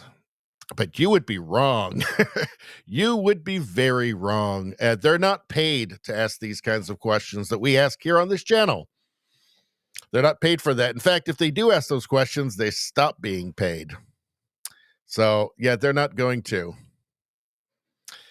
Cat Canada, bye-bye affordable housing, bye-bye to the possibility of ownership. You can thank Carney for that. So what's going on here? Canada brings over 800,000 immigrants in first quarter of 2025. You getting the picture yet? It's like it's a slow motion car crash. It's a slow motion pileup, but it's not like 20 cars in the pileup on the highway. It's like every car in the country all at once. In the first 3 months of 2025, Canada saw 104,000 new permanent residents. So that's not the so-called temporary foreign workers who it turns out all just expect to stay here and don't go home anyway, or the students who, again, it turns out they are not expected to go home. They're not expecting to go home afterwards either. It turns out they're all permanent. And the government knows this very well. In the first 3 months of 2025, Canada saw 104,000 new permanent residents. So that's now permanent residents. They definitely ain't going anywhere. Of those, 30% came from India alone. Why the obsession with bringing people from India? I mean, first off, why the obsession with continuing to bloat the population of Canada with people that we just simply can't handle? There is no rational reason. I mean, if you're looking out for the best interests of Canadians, if you're looking out, for healthcare, improving healthcare or housing or the job market or, not suppressing wages, there's no reason why you would do it unless you want to hurt Canadians, unless you want them to have worse healthcare or no healthcare, die before they can get their healthcare, not be able to afford a house, not be able to get a job, to have their wages suppressed if they somehow miraculously manage to get a job. Canadians voted for this. That's the crazy thing. Anybody from the rest of the world watching this, don't be Canada. Canadians voted for this. A continuation of the Trudeau government, and not just a continuation, overdrive. Trudeau in overdrive. This is all crazy. No sane person who is actually interested in the well-being of their country would do this. So they're not doing it for the interest of... Carney isn't doing this for the interest of Canadians. He's doing it for some other interest. He has some other loyalty. He has a globalist interest, a globalist loyalty. And mark my words, he is going to extract, and he's already in the process of it, extracting every atom of wealth he can from this country and giving it to his friends, just robbing the country blind. There's no other explanation, right? This is not a plan for Canada. This is a globalist plan.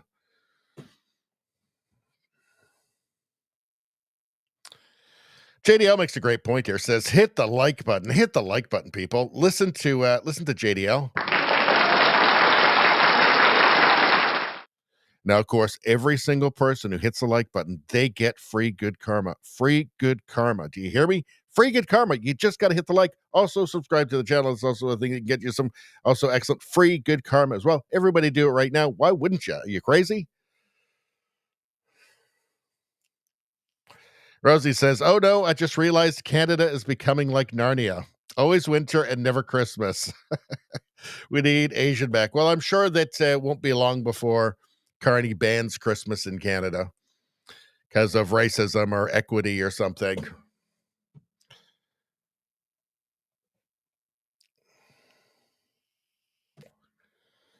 Let's see. What are you guys saying? What are you guys talking about? Nevada keeps saying that he wants Greenland. Maybe you'll get it. Maybe you'll get it for Christmas. Let's see. What the heck are you guys talking about? You people are crazy. Let's see.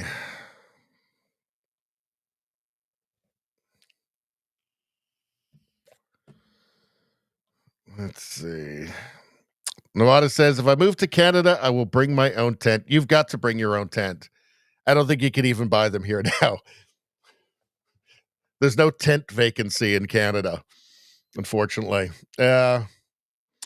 Rosie, Richie, how long were you in LA? I've just visited there like a bunch of times. You pronounce LA like people who live there. Well, I don't know. Maybe I learned that from those people that were there. And the people there were actually, everybody was super nice, you know? Everywhere I've been in the States, whether it's like the Northeast or the Pacific Northwest or, California or like Louisiana, Florida, Americans are the nicest people I have come across. Really nice people. And I've been to Europe. I met a bunch of Europeans. They're not as nice. They're kind of stuck up. Americans are also, Canadians are nice people as well, but they're not as nice as Americans. It kind of depends where you go, I will say. Albertans are really great. West Coast Canadians are definitely a little bit on the stuck up side, for sure. But generally Canadians are nice people too. But I would say that Americans are the nicest people that I've ever come across. Everywhere that I've been in this, and I've been to a lot of parts of the United States, and very, very cool people. And even in I haven't been to the States in probably 10 years now, something like that, maybe 8 years or 9 years or something. But I'm sure Americans haven't changed very much. But yeah, even in places that are like super left wing, everybody's super nice.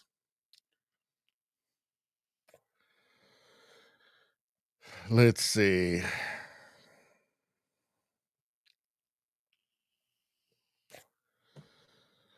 Nevada says, I'll go underground in the winter if you move to Canada. Yeah, you got to do that. You got to dig yourself a hole in the ground. I think that'll be the new thing. Like, that'll be the new social program in Canada, where Carney will just he'll put money aside to buy shovels for Canadians so that they can dig holes in the ground. They can go wander into the forest and dig holes to live in. Because that says zero carbon, right? So that's good. Rosie says, some Canadians are awakening and trying to fight. Well, I do have to say that, we had the highest percentage of the vote in that election in 40 years. It's just that the left united, and that's what fucked us, and fucked us hard, and fucked themselves. Like, the left screwed themselves with this. Not just everybody else, themselves. I think that those liberal boomers are going to suffer the worst, maybe of anybody.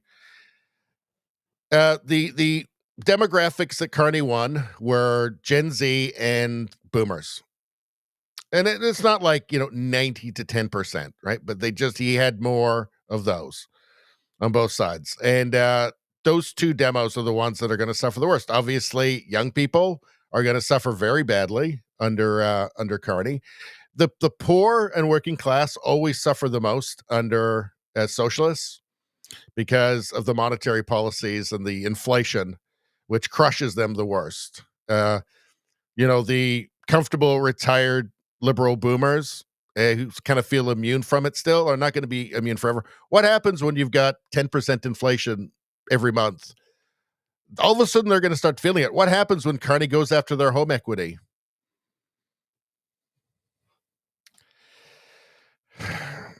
Anyway, he won the demos in Canada that are going to suffer the most under him. Although everybody's going to suffer. Let's see.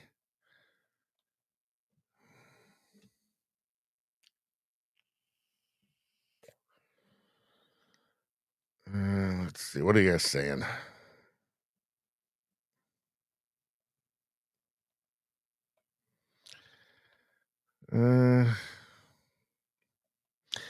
What are we talking about? Nauseating Christmas. Are we talking about that special Christmas video I did with the where was it? Greenland, where their Christmas dinner is they take a small bird and wrap it in a seal blubber and then bury it in the ground for 3 months and then dig it up on Christmas evening and eat it when decomposed.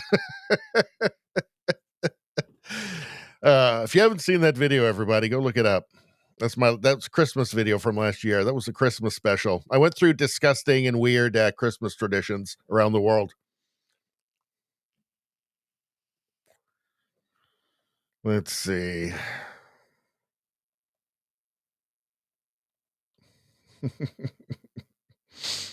All right, we gotta get moving. We're an hour and a half into this. Let's keep going. All right.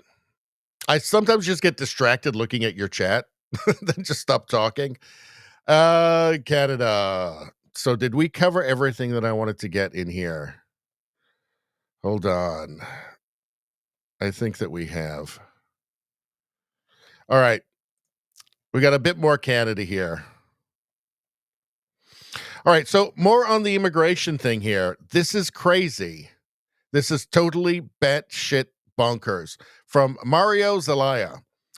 This is getting out of control. It's no longer a secret. It's blatantly out in the open. This is full-blown racism. So let's take a look. No longer being hidden. I can already imagine what would happen if I did this. If I posted up a job posting that said this: work permit status with Canada from India will be preferred. This is for a staff accountant position. They're no longer hiding it. The languages: English, Punjabi, Hindi, required. What do you think would happen to me if I said work permit status with Canada? You have to be from England, and I'll give a preference to those people who are from England, or from Italy, or from Spain. And I made that language a requirement. He'd be sued. He'd be sued and probably fined by the government. It is legal in Canada to discriminate against Europeans, people with European heritage. It is illegal to discriminate against everybody else. So there's one group that you can legally discriminate against in Canada.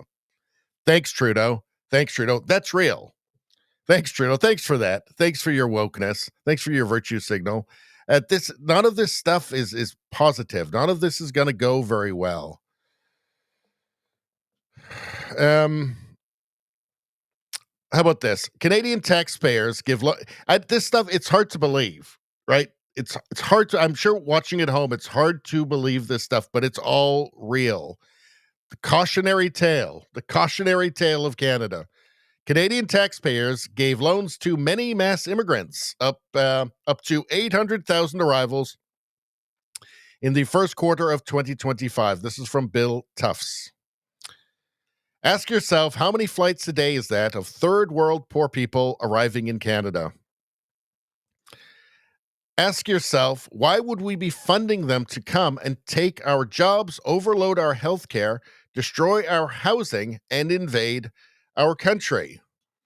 So if you enjoy, 25-hour waits at the ER because healthcare is so flooded and overwhelmed in Canada, I guess it's great. If you enjoy, where was it again? Where was that? Here we go. Here's a lineup in Vancouver for a minimum wage job. Why are we bringing in 800,000 people in 3 months? And why are we giving them loans, interest-free loans, to come here? Here's one. Opening balance, $17,200. Why would we be doing this exactly? Why are we doing this? Like, do we want to destroy our country? Like, our country cannot handle the numbers. Everything is breaking under the strain. It's insane. It's not to the benefit of Canadians. And why would we be giving loans to do this? In Canada, the government offers loans through immigration loans program. In Canada, the government offers loans through the immigration loans program to assist immigrants with the costs associated with their journey to Canada, particularly those with limited financial resources. So we can't handle the numbers. Our healthcare can't handle it. Our housing can't handle it. We can't offer them jobs anything above minimum wage anyway. None of this is actually good for Canada or even for immigrants. So why would we be so obsessed with it that we have to give money to people with limited financial resources to come? That just seems like a really bad idea. It seems like you're just bringing people over here to become dependent on the government.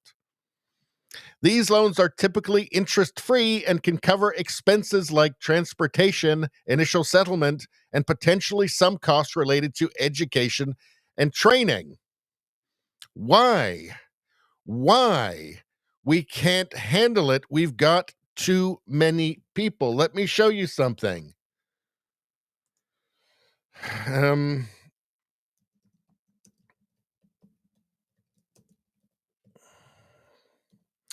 One moment. I'll be 1 second here. Here we go. From the Financial Post. This is from January 2024, by the way. Financial Post.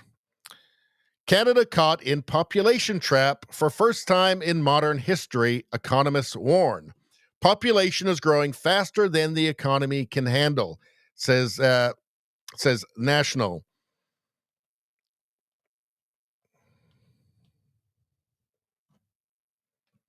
Canada is caught in a population trap for the first time in modern history and needs to limit immigration to escape it, say economists with the National Bank of Canada.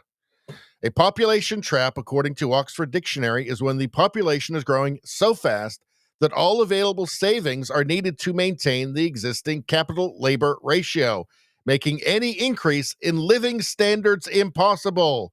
Any increase in living standards impossible. Why are we doing this? Mark Carney's an economist. Isn't he that genius economist? Shouldn't he be thinking about this stuff? Of course he knows all this. He doesn't care. His purpose is not to improve the lives, the well-being of Canadians. Right? His loyalties are not to Canadians. His loyalties lie somewhere else. Obviously.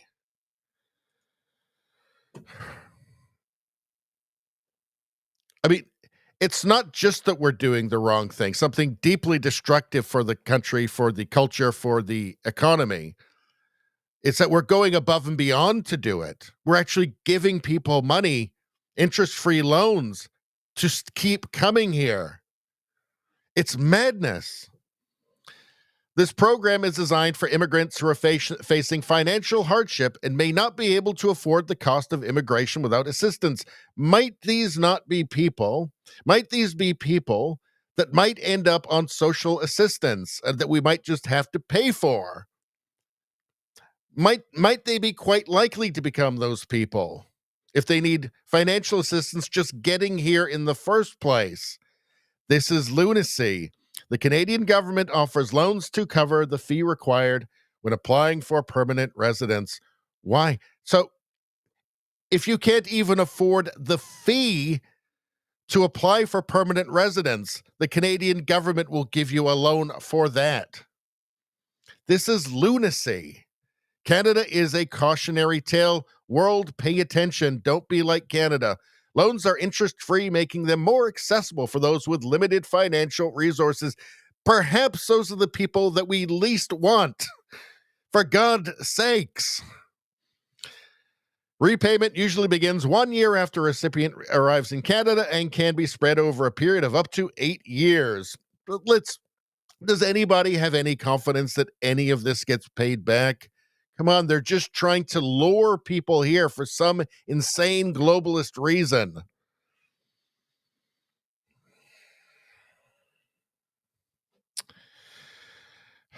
Insane globalist reasons. Let me repeat that. Insane globalist reasons. This is total and complete madness. Obviously. Obviously. I want to look up something very quickly. Hold on.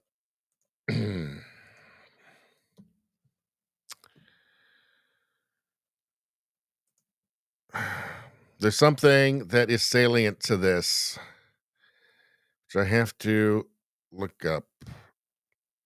Okay, here we go. So, what are the Liberal Party's, Carney's loyalties? What are his priorities? Well, let's see. Canada signed on to this insane World Health Organization's pandemic agreement. So we just given up all of our sovereignty to the WHO regarding public health. So that seems like a bad thing. Hold on. I had something else in here. Hold on. Oh, yeah. So let's see. From Chris Erickson, weekly reminder. Mark Carney was a World Economic Forum board trustee. Chrystia Freeland is a WF board trustee. Justin Trudeau, WEF Young Global Leader. Jagmeet Singh. Hold on a second.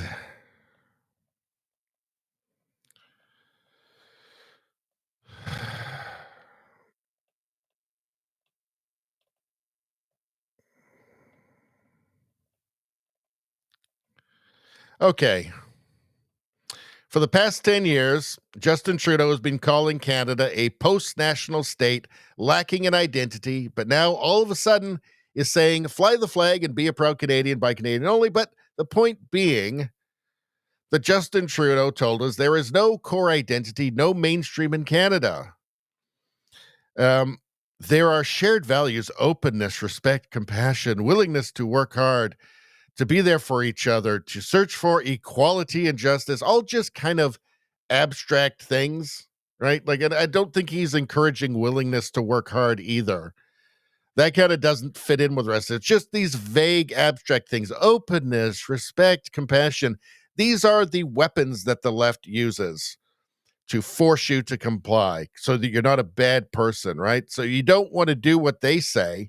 If you don't want to flood your country with mass migration from a different culture, for no reason other than to just to flood the country with people, right? If you don't want to do that, that's because you're not compassionate. You're not, the rest of us are being there for each other, right?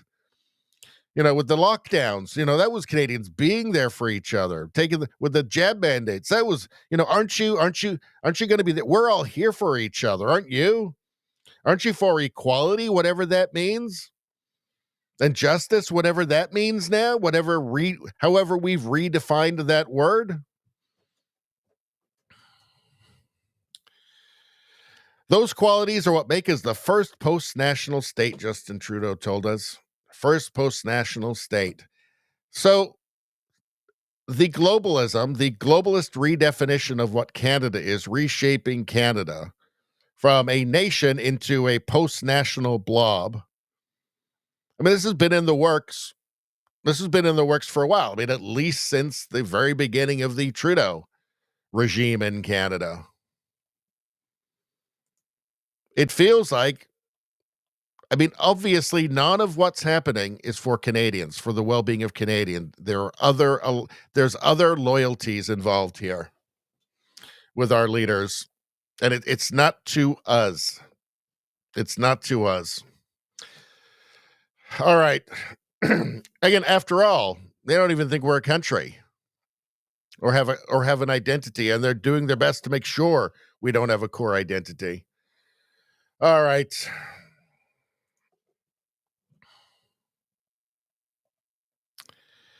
What are you guys saying?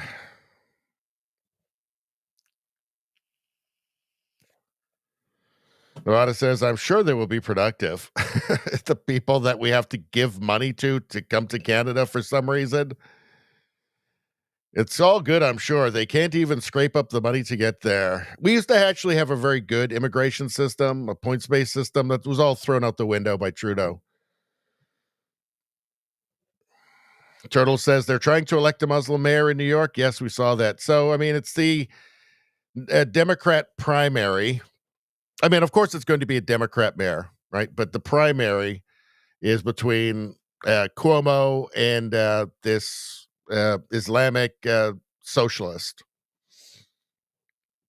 And the socialists might get it. So they might end up having a Muslim socialist mayor in New York, which pretty much will make that place unlivable.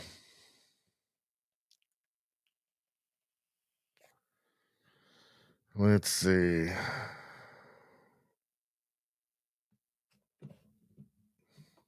Rosie says, is post-national meant to be a compliment to globalists? To globalists, not for like normal, sane people. All right, you know what, you guys? I just got to take a break for a couple of minutes. What are we? We're an hour and 47 in, so we're not getting the glitch yet. I'll be right back.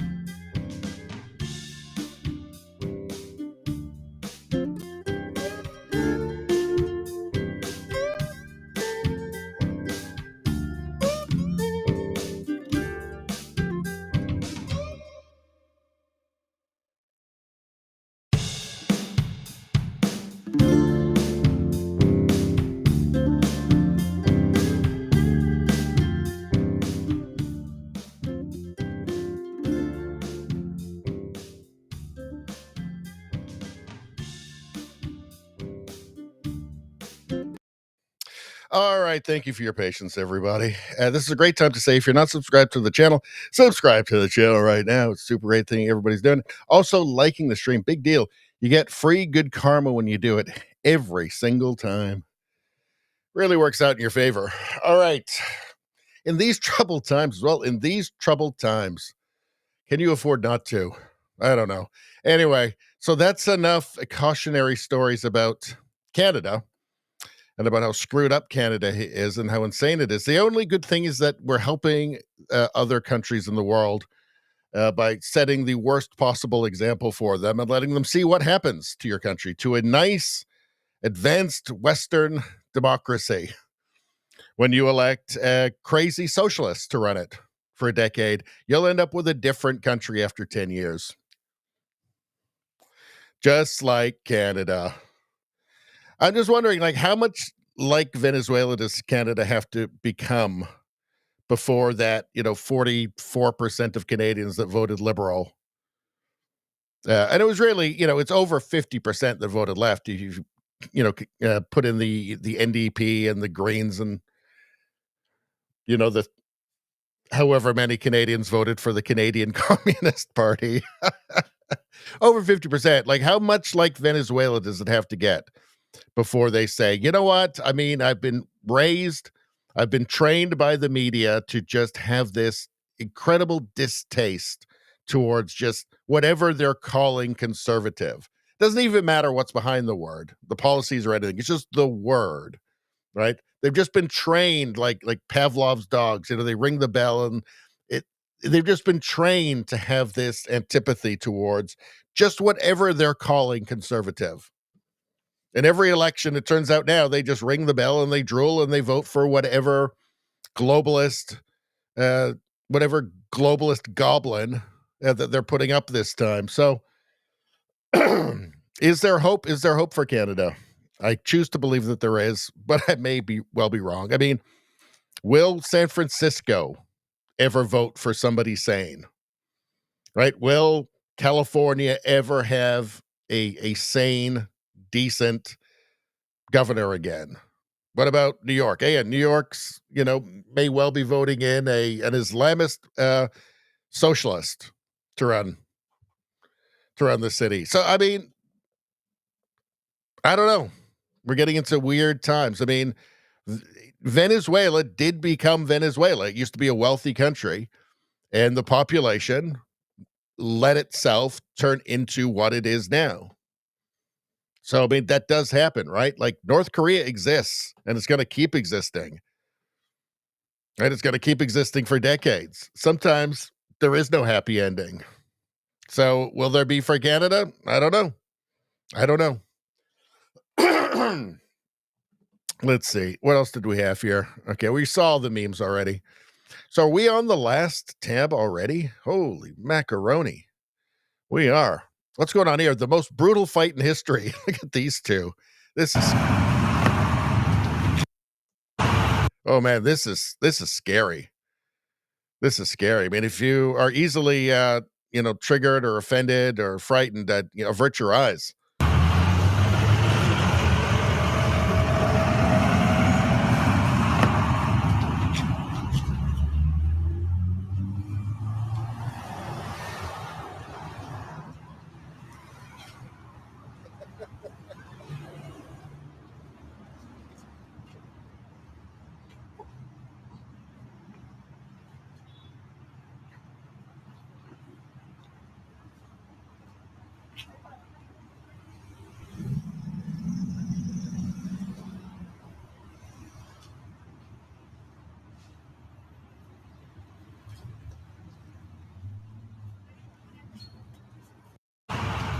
I don't know if they're just friends, like messing around.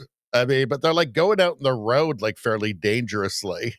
It just seems strange. I don't know. I don't know what's going on here, but it's funny. Nevada says gamers. Rosie says hilarious fight. I kind of feel like they might just be friends having fun because, I mean, it's just too silly, but maybe not. I don't know. There's lots of goofballs out there, lots of dingbats. I love how the kangaroos stop to check and then go back to fighting. Let's take a look. No music. So there they are. They're fighting. The kangaroos are fighting. And then he starts doing like a weird dance. And then they just stop and go, what the what? What the hell is that guy doing? That's embarrassing. One more time. Oh.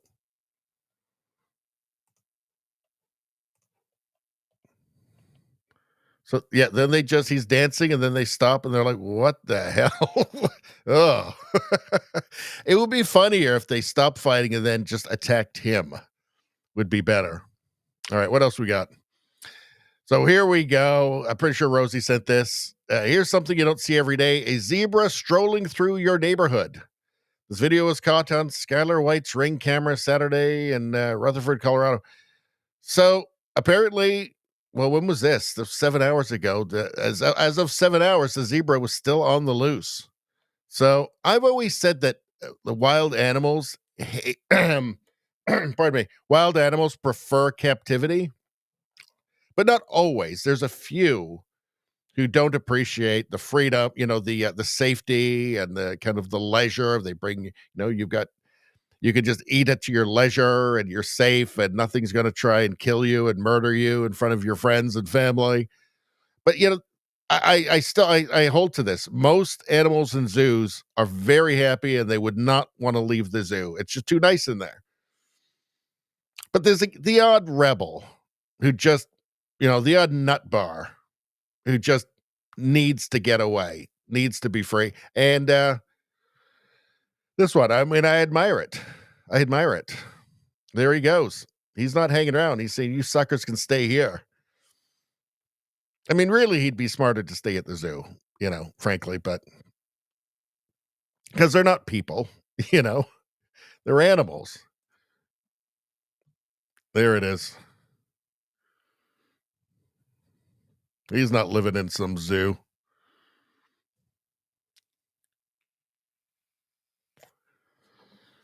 That would be a crazy sight. Just a zebra on the highway. Oh, well. Anyway, loose zebra in Tennessee. There you go. Crazy times. Let's see. Greta Thunberg seen on board Freedom Flotilla ship as she is set to head to Gaza alongside 11 other Free Palestine activists. Thunberg is heading to Gaza to demand an end to the siege and apartheid. So Greta came out and she was all for the environment and carbon and all that. But then it turned out that actually she was really against capitalism. And now it's turned out that she's against Jews. So, hold on one second. Hold on one second.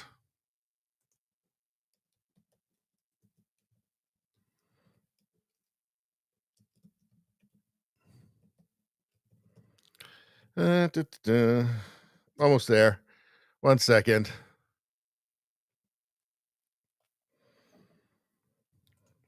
Let's see.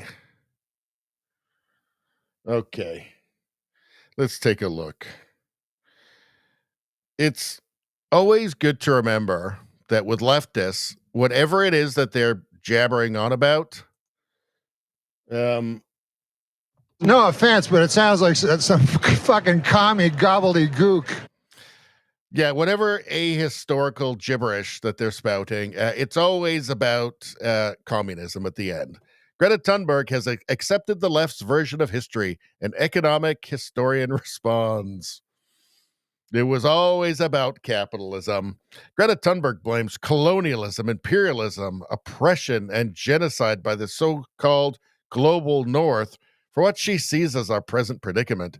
This sounds familiar because some version of it has been seducing idealistic students for the better part of 100 years.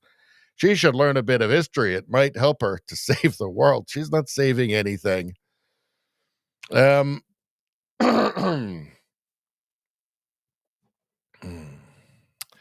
on. I wanted to find one other thing. Hold on one sec.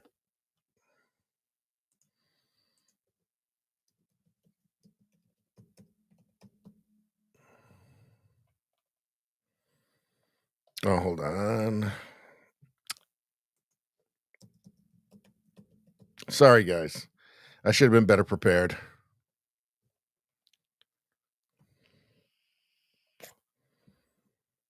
All right.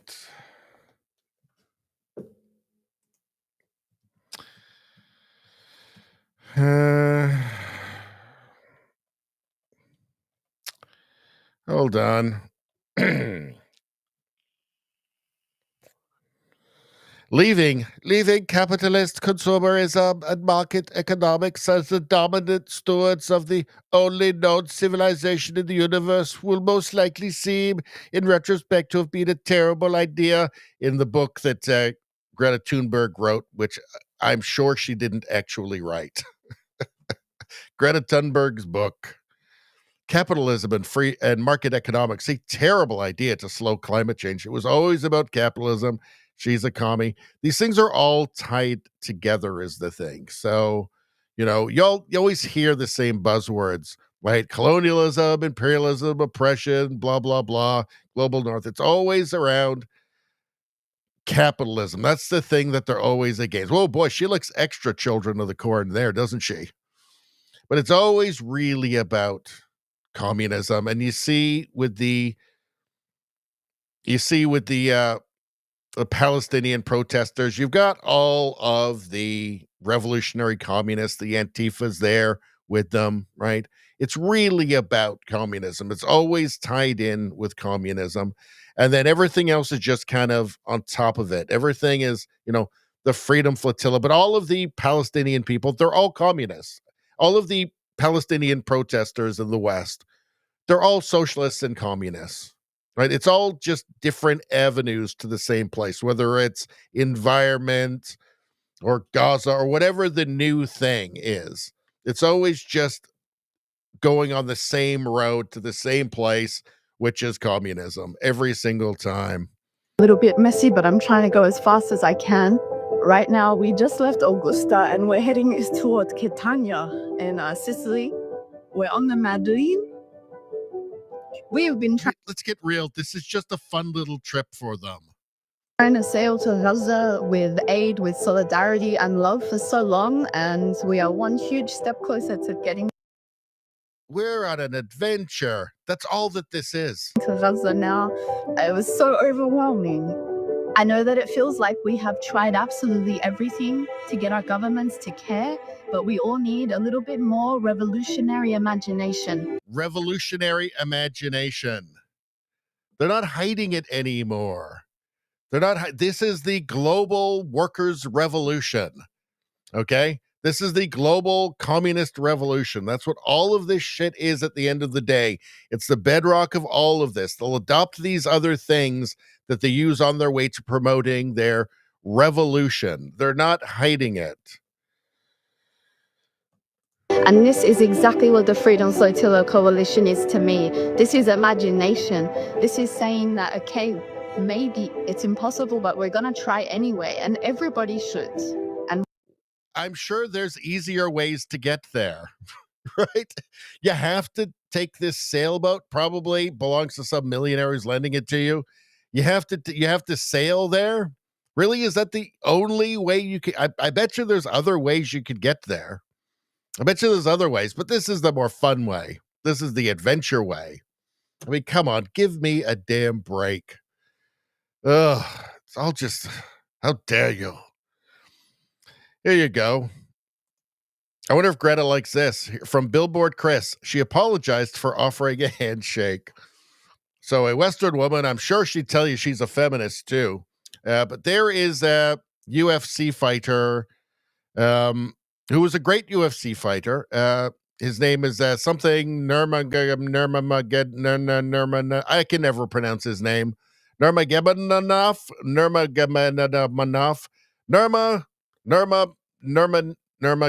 I don't know. It's something like that. But he's a Muslim and he's not going to shake her hand.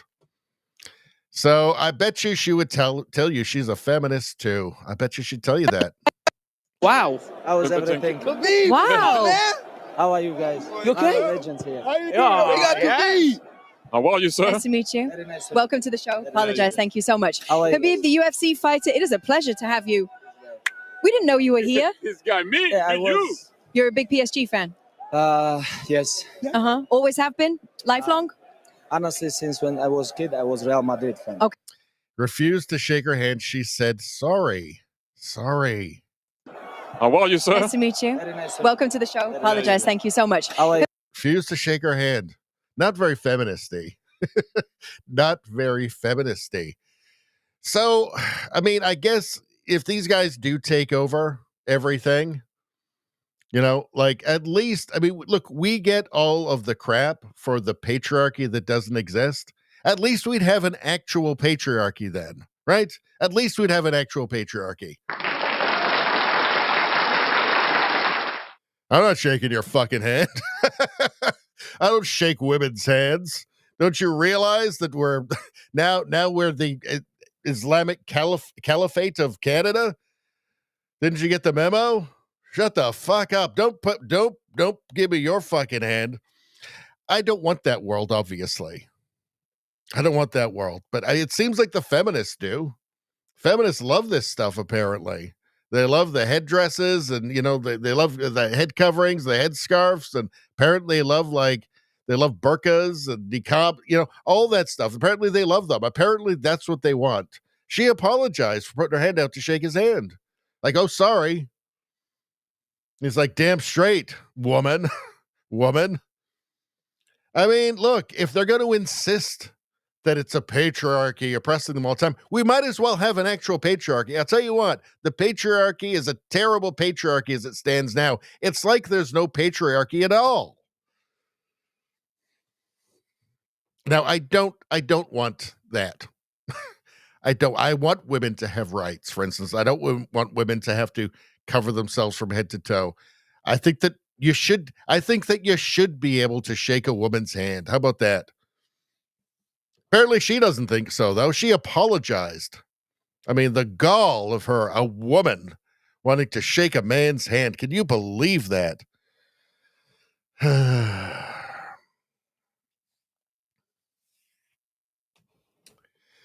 Still.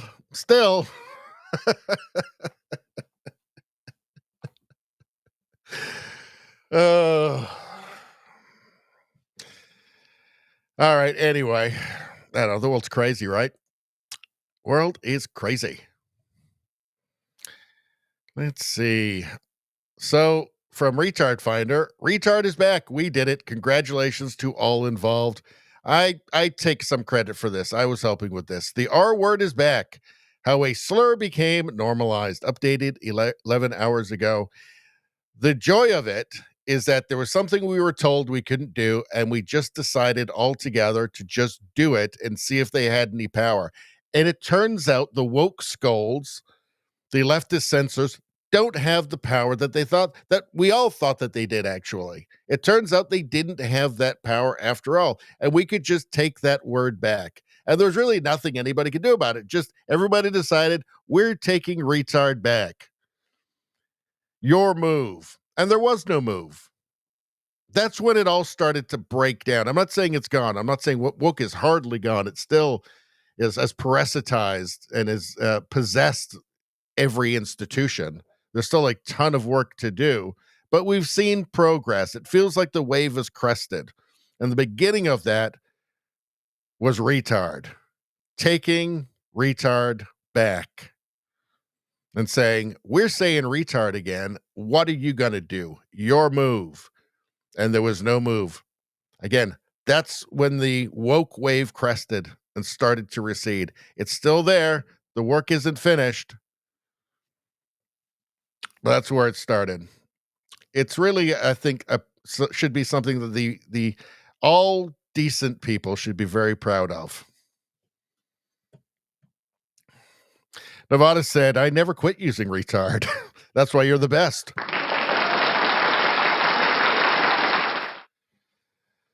Rosie says, he dissed her, then she said, pleasure to meet you. Does she really want to live in his world? Nevada said, stupid commie. Stupid commie. Commie gets nothing. Turtle says, it's an instant response. Well, I guess it was reflexive, perhaps, huh?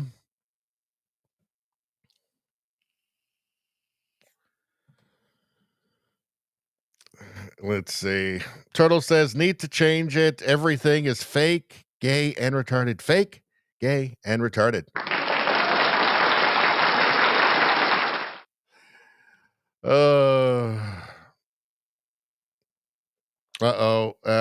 Well, look at that. All that nasty energy talk scared away the chat. Down to 23. I am a little bit low on energy, though, right now.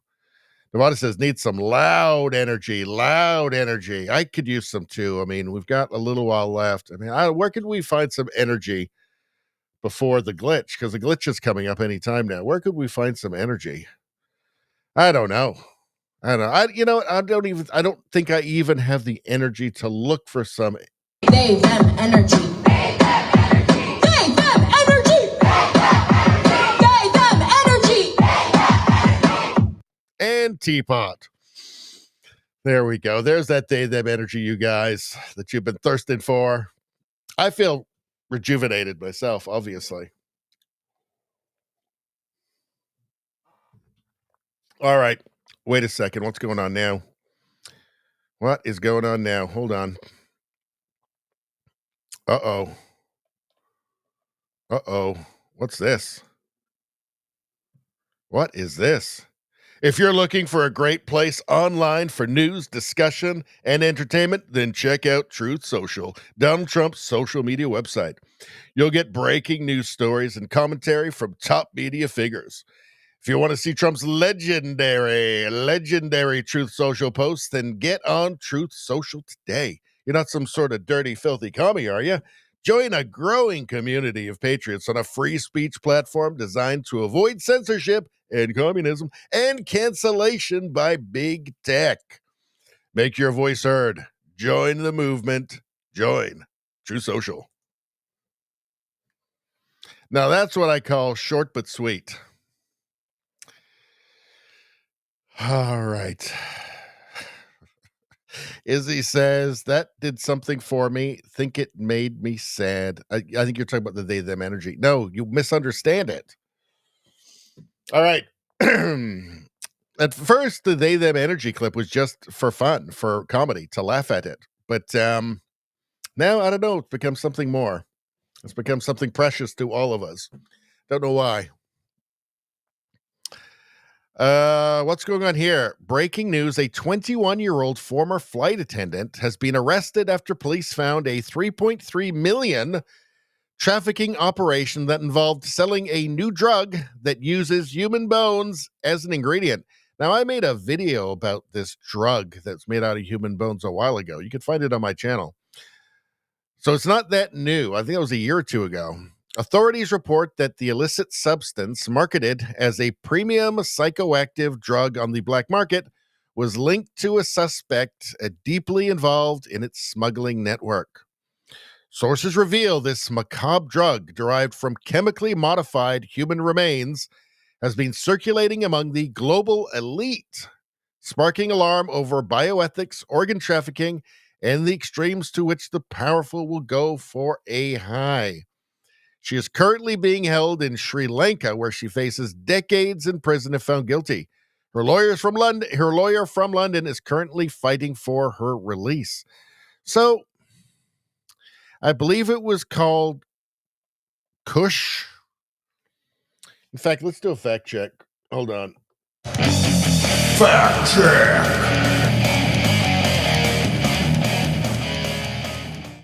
I'm trying to remember. It was in like Haiti or something like that. Let's see. Hold on. Here we go. This is what it was about.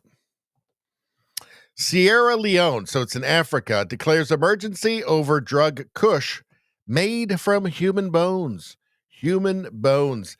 Now, I think this sounds like it's kind of one of those voodoo-y, witchcrafty kind of things. It doesn't actually really do anything, but it just kind of having it in there. Having it in there makes it feel more like a spell or something like that. It's really just like the toxic chemicals that are destroying your brain. But Kush, a psychoactive blend of addictive substances, has been prevalent in the country for years. President Julius Maada Bio called the drug a death trap and said it posed an existential crisis. One of the drug's many ingredients is human bones.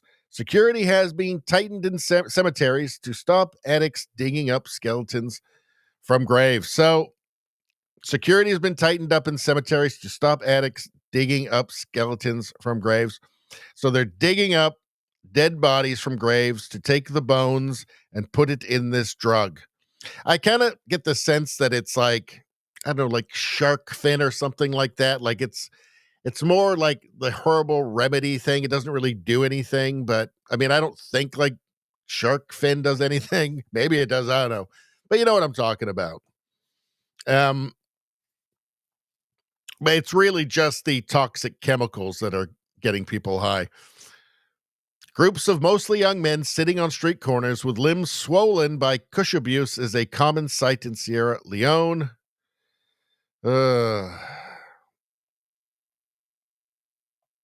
Oh, people are dying from organ failure. It's really, really horrible.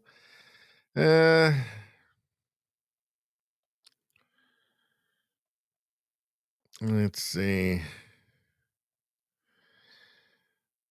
Yeah, I don't think that it's the human bones are actually doing. They grind them up and put it in it. I think it's like in Africa. There's like they think that like you can like cure AIDS by like eating an albino. I think it's that sort of thing. It's really just the terrible chemicals. But that's that one that's made out of human bones. Is this the same thing? Because this was in Sri Lanka. So maybe this is a different human bones drug. I don't know. Creep on in. I can't have that sound going. Come on, let's go.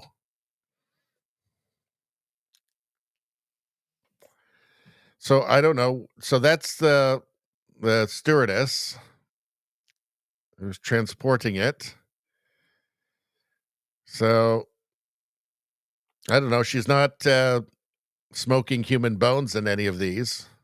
So I don't know. People and Oh, hold on. intimidated and visibly upset. You have to imagine that this is a courtroom full of more than 100 people, and they're all speaking a foreign language to her. When she appeared, What is with the music? People, stop putting music in these damn things. What is the point? All right. Anyway, so that's just weird. So I don't know. Now you know about the human bone drug. Let's see. All right, we already covered this stuff. Let's see. Okay, so here's Bill Maher. I think he was on the thumbnail, so we gotta do this one before we leave. Bill Maher says Trump is right to unapologetically push the idea that Western civilization is good. Isn't this what I've been saying the whole time? That really the core thing about MAGA, about Trump and MAGA, beyond taxes, beyond tariffs, any of this stuff, right? It's just that Western civilization is good, right? The rights that you have are good. It's good that you have those rights. It's good that you have free speech, right? Your ancestors were not all evil. Western civilization has been the biggest driver of human well-being, and it's not even close. This is what I've been saying all along. You strip everything else off, and that's what it comes down to, a fork in the road. You had the Kamala managed decline. Western civilization is evil. Everything's bad. You're bad. Your ancestors were bad. Your children will be bad. Everything's bad. Everything that's actually objectively good in life is bad. And everything that's objectively bad in life is good. Or you could go with Trump on the other fork in the road, the other side of the fork, and not hate yourself, for instance, and have hope for the future. Let's see what Bill Maher says. I have not watched this. I'll be watching this with you for the first time. And there is this idea on campuses. It's not just the Israeli thing. It's that all of Western civilization is suspect. Exactly. And you know, I'm not saying Trump is a guy reading historians every night, but to the average person, he seems to get the idea, Western civilization good, that a lot of these kids don't. I mean, there was 2 people shot outside the Israeli embassy in Washington, D.C. last week. Outside the Jewish Museum, yeah. Outside the Jewish Museum, right. They were embassy aides, the Israeli embassy. Okay, and the guy who did it, Elias Rodriguez, doesn't sound like he has ties to the region directly, said, I did it for Palestine. Now, if you have kids screaming on campus, globalize the Intifada, bring the Intifada home, this is what you get. This is what they mean. And there is this idea on campuses. It's not. Yes, that's the fork in the road. That's the fork in the road. Kamala would have been very sympathetic to that. She would have been very careful with her language around it, as a matter of fact. Trump, no, that's bad. No, that's bad. In Western civilization, that's bad. You don't do that. You know, that Mangione, bad. That's bad. In Western civilization, you don't do that. That's bad. It's a pretty clear choice, you know? And that's really at the heart of MAGA. The heart of MAGA is that you don't have to be a masochist. You know, you can accurately describe reality around you. right? You don't have to be historically illiterate and pretend that there's this pervasive force called whiteness that permeates the entire universe, right? That you have to fight. It's like the Force, the dark side of the Force from Star Wars, right? That's the left side of that fork in the road. Trump's on the side of, no, actually, Western civilization's great. You're great. Let's make a great future, and not pretend to be guilty of crimes that either we didn't commit or were imaginary in the first place. I know which side I will take. And I'm not changing my mind because of some fucking tariffs, right? I know the Carney fork in the road, the Trudeau Carney fork in the road. I know where that leads, not to a good place. We're already in a very bad place, and it's getting worse by the day. I mean, there are fundamental things at stake here. Civilization, as we know it, is fundamentally at stake here. That's what's at stake. I'm thinking long term. I'm not thinking, I'm thinking past my own shadow here, right? I'm looking further than my own shadow here. I'm thinking long term, like the big things that are at stake, the things that will really be talked about in history books 200 years from now, 300 years from now, if such things exist. All right. Rant. Let's see. What are you guys saying? Turtle says, good karma, Trump. Rosie says, how does music demonetize others? Well, on YouTube, like if there's like 1 second of something, there's like a 99% chance somebody legitimately or illegitimately will immediately try to take whatever money that video makes. My live streams on YouTube make like 4 cents. I mean, literally like 4 cents on YouTube, right? But it's just a pain in the ass because then it can be limited, and it's just irritating. So then you've got to go in, and I will give them this. They've got very good tools for editing it with a minimum amount of work, which is great, but it's still kind of a pain in the ass. And I think it makes the algorithm look at you askance when this stuff keeps happening. It's the copyright system on YouTube is horribly abused.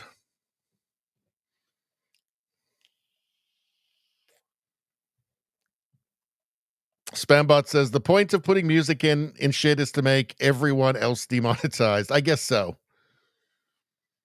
Let's see.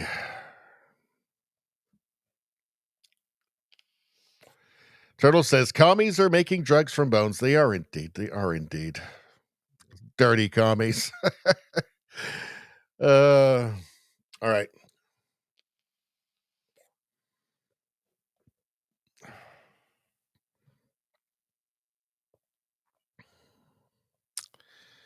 Let's see. JDL says censorship equals tyranny. Yes, it does. The only excuse for censorship is tyranny. It's control. Spambot says the word Sharia translates to law. So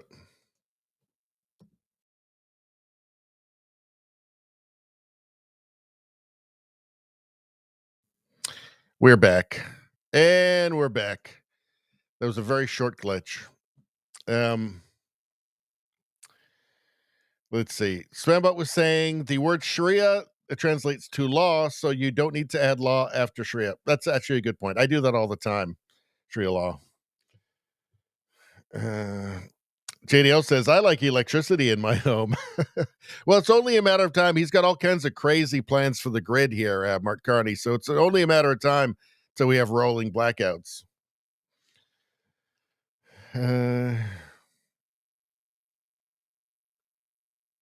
Let's see. Robot says you can also add it's incompatible with the West. Yes, indeed. Yes, indeed. All right. Well, let's keep going. So here's some comedy. Let's take a look. I think we're getting pretty close to the end now. You got to own it, though. That's what the younger generation does. They own it. You know, they just own everything about themselves. It's so interesting, just because, like, you talk to some of these young kids, man, and they'll proudly tell you, they're like, listen, I'm pansexual, I'm neurodivergent, right? Which is just so interesting, just because, like, back when I was growing up, you tried really hard to not be a gay retard.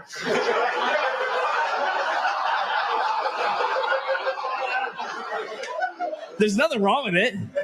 I'm glad you can be who you are. I'm just saying times are changing because now you go up to kids like, you're a fucking gay retard. They'll be like, oh my God, thank you for noticing. I really appreciate it. I feel so seen right now. You gotta. Thank you for affirming my identity. Yeah, I don't know. Things got turned around real quick, didn't they? Real quick in weird ways that nobody could ever imagine, actually. Let's say Stephen Miller just wrecked CNN. This was good. He just completely owns her here. It's another one of these talking mannequins, one of these, news bots on CNN. And they are totally resistant to sanity or just, reality. It is so transparent that they are not there to inform you, but they are there to enforce a top-down ideology on you. And they're not even trying to be subtle about it. It's just reinforcement. It's the framing. It's the words they use, like undocumented, and just refusing to budge off these things. Gender affirming care, these euphemisms. And this is the framing technique they use, and they use it over and over and over. It's a drip, drip, drip, drip, drip of this propagandistic framing all the time. And it works on some people that are idiots, and it doesn't work on everybody, though. But let's take a look. Homeland Security Secretary Kristi Noem posted a stunning allegation saying that an undocumented migrant sent a letter threatening to kill the president, promising to self-deport after the assassination. CNN reporting shows that investigators believe the migrant was set up. It was a victim of a setup. What is the administration going to do now? And this is an undocumented immigrant. I do want to note that, but this was someone who came forward, was a victim of a crime, and now law enforcement believes he was set up. Go ahead. So that was all framing there. That was all framing. Now watch him break down and just burn the framing. This is masterful. Well, I want to clarify what you mean. So we're talking about the same thing. Are you saying this immigrant was here illegally? Yes, but I am, and that's why I said that. I clarified that. You said undocumented, and I wasn't clear what that means. I'm assuming they have a fake ID. I'm assuming they have a fake social security number. That's neither here nor there. That's getting away from the question, Stephen. I want this to be, and call me naive, a good faith discussion about what's happening right now. But when we use language that's designed to obscure the truth, that's not good faith. Oh, wait, an illegal alien is an illegal alien. They're not an undocumented migrant. Okay, that's fine. That's another discussion for another date. I don't know the details of. She says she wants it to be in good faith, and then he sets the terms of what is actually good faith. She doesn't like it. The assassination threat. All I can say, based on what you're telling me, is there's an illegal alien in our country who's making menacing threats. Regardless of the facts or circumstances, we don't want him here. We're going to get to the bottom of it, and I would gladly come back on when I have more information to share with you. They were set up, just to be clear. But quickly, where is the White House on habeas corpus? Was treated unfairly. Yes, I'm sure the illegal alien was treated very unfairly. Where is the White House on? Next question. I mean, look, illegal immigrant makes threats. It makes assassination threats against the president. That's pretty open and shut case there. Like, you are really stretching it. I mean, do they not care if they end up with 0 viewers? Because this is extreme framing at this point, right? Well, they're set up. So, what? I mean, first off, you had me at illegal immigrant, right? Just whatever country, somebody's in there illegally, they got to go. That's just a normal thing around the world, right? It doesn't matter. I don't think that there's any amount of framing, right, that you can make it unpopular for the majority. I mean, because that's still a popular opinion in the United States that people that are in the country illegally should go. The majority of Americans still believe that, regardless of this news bots framing. I wonder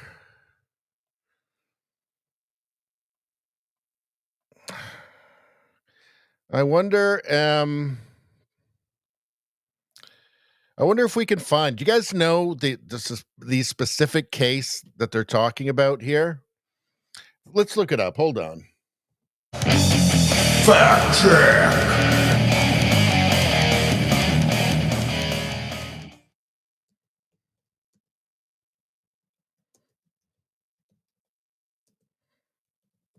Hold on. Let's see if we can find something here.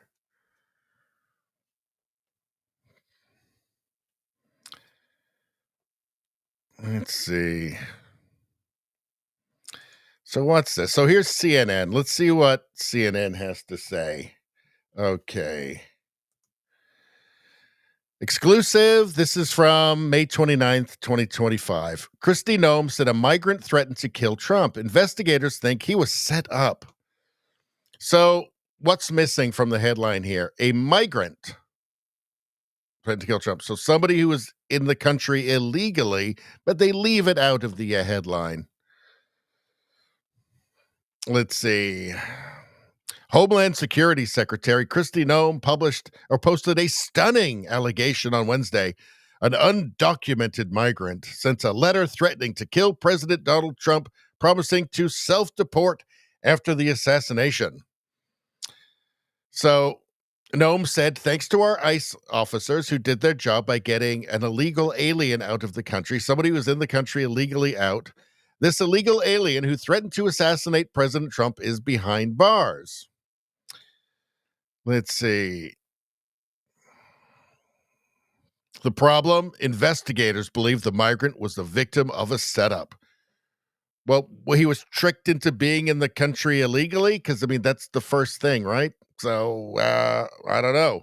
Law enforcement believes the man, Ramon Morales Reyes, 54, never wrote the letter, which was sent to an Immigration and Customs Enforcement Office and other law enforcement agencies. Several sources familiar with the matter told CNN. Instead, investigators suspect the letter was intended to benefit a separate individual who is currently awaiting trial in a robbery and assault case in which Reyes is a victim. They do not consider the threat to be credible. So, I don't know. I don't understand here. Okay, so if maybe Noem got it wrong. Maybe the guy didn't write the letter, but what difference does it make? He's in the country illegally. ICE exists to get him out. That's their purpose. So I don't understand the point, right? Like, I think most reasonable people also go, well, I mean, there's a reason you have border enforcement, right? There's a reason that you have ICE to do exactly what they did in this case. Now, this is on CNN, and CNN obviously is going to want to believe that she was wrong in this. So you can't trust what they say anyway, but Stephen Miller's right. I mean, there's not really a discussion here. It's the framing. It's just again, this is another case where you have a corporate media that for some reason wants to push narratives that are deeply harmful and dangerous for their civilization. And this talking mannequin, her job is not to inform. It is simply just to manipulate, and manipulate by constant framing. And the framing is undocumented, or just a CNN here, right, in their headline. Just a migrant, just a simple migrant. It's amazing. It's all just right out in the open. How about this? Tom Cruise is crazy. 2005 farmer rant looks prophetic now. I didn't think it was crazy back then. I think a lot of people didn't think it was crazy. This is from Mario Nawfal. Remember when everyone mocked Tom Cruise for that Matt Lauer interview? Turns out he was right about Big Pharma all along. It's amazing that it actually used to be a left-wing issue as well. Concern about, pharma companies, health, all that sort of thing. It was like a new age thing as well.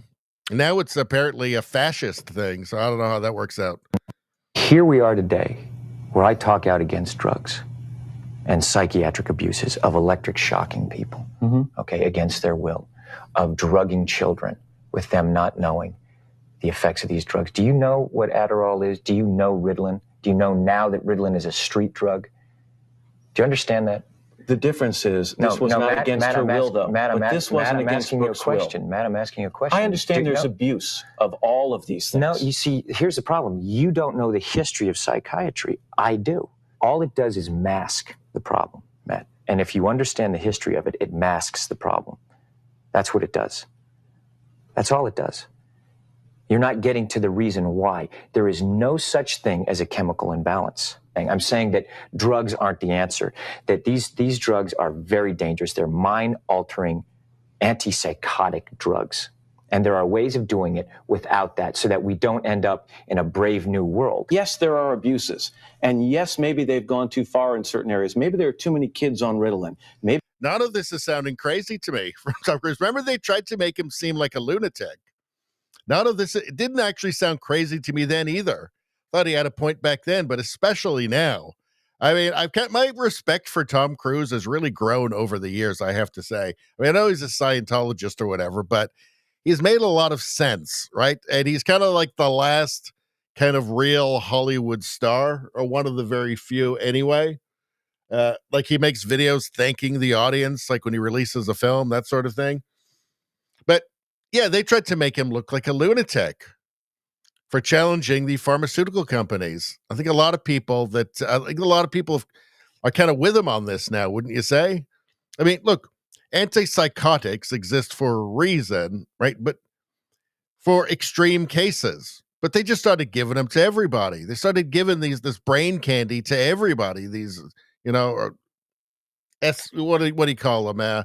SSRIs. They started giving them to just handing them out like candy to everybody, which is wrong, right? Like it's normal to feel sad sometimes. I know there are extreme cases, and these drugs do, like antipsychotics, exist for a reason.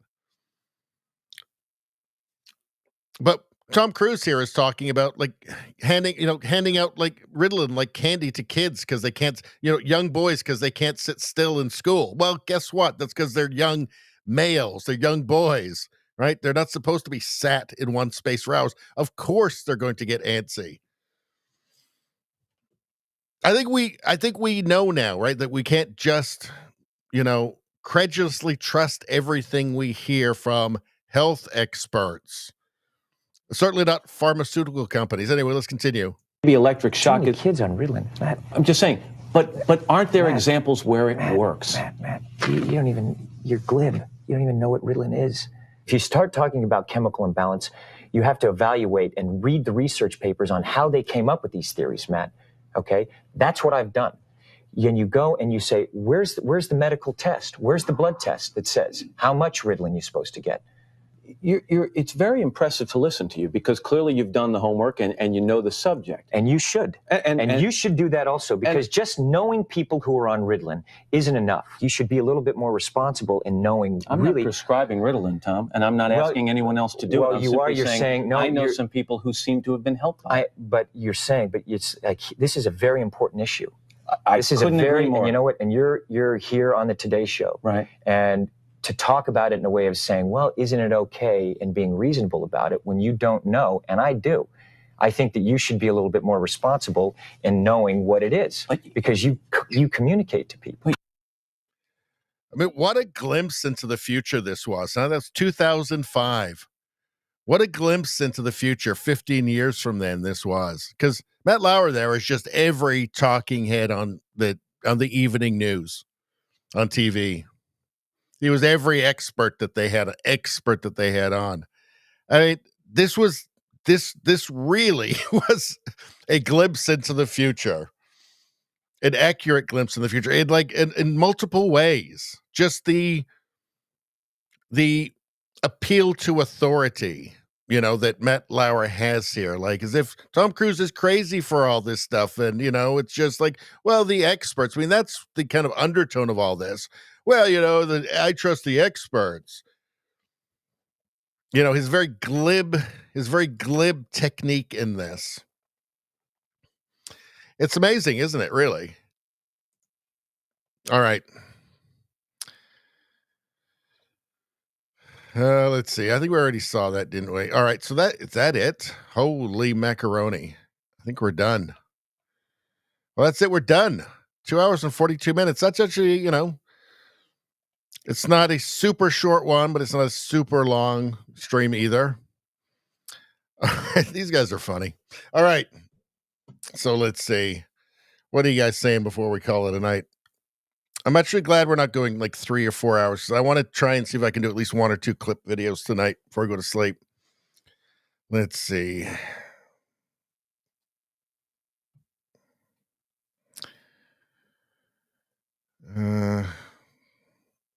SSRIs. That's what did I get that wrong before? Nevada says he was definitely right about this. All the school shooters are on this garbage. Well, I think these days they're on that plus hormones. Nevada says, where's that creep Matt now? Did he get me too'd? Let's see. JDL says, hit the like. Yeah, hit the like. Do it now. It's not too late. Do it now. Also, subscribe to the channel. Subscribe to the channel if you haven't already. It's so important. It's so important that you subscribe to the channel right now. Just go ahead and do that right at this moment. Let's see how many likes we have, actually, before we go. And see if it's a sufficient number. It is not a sufficient number of likes. More right now. You can also do it after the stream is over. More right now. Let's go, people. Let's do this. This is not difficult. And you get free good karma. Did I mention that? You get free good karma from me. You get 1 dose of free good karma when you like the stream. Why wouldn't you do that? You're just like, I don't need good karma. No, I mean, nothing bad could happen to me. Think again, my friends. In these troubled times, take it. Take it. Take that good karma. All right. What happened to Matt Lauer anyway? I want to know. Before we go, I want to find out. Fact check.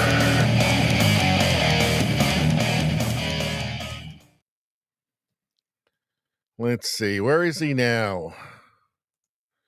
We'll check out his Wikipedia. So he is a former American television news personality, best known for his work with NBC News. Blah, blah, blah. Blah, blah, blah. In 2017, Lauer's contract was terminated by NBC after NBC reporting received, quote, a detailed complaint from a colleague about inappropriate sexual behavior in the workplace. He got Me Too'd, got caught up in the moral panic, and added that NBC had reason to believe this may not have been an isolated incident. So that was the full-on Me Too moral panic. So that just an accusation was enough to get you canned. What happened? Did he? I guarantee he probably flirted with women. Let's see. But I mean, that was really enough. Just an accusation, no proof. It didn't need to be true. Didn't need any evidence whatsoever. That was enough at that time. Let's see. Let's see if they have a segment on what exactly happened there.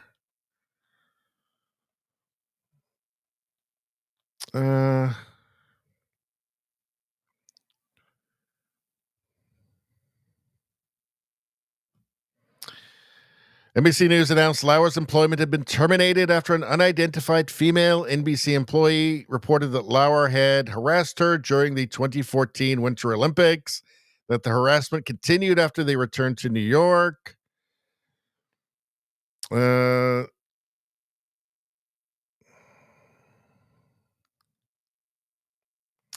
real details on it.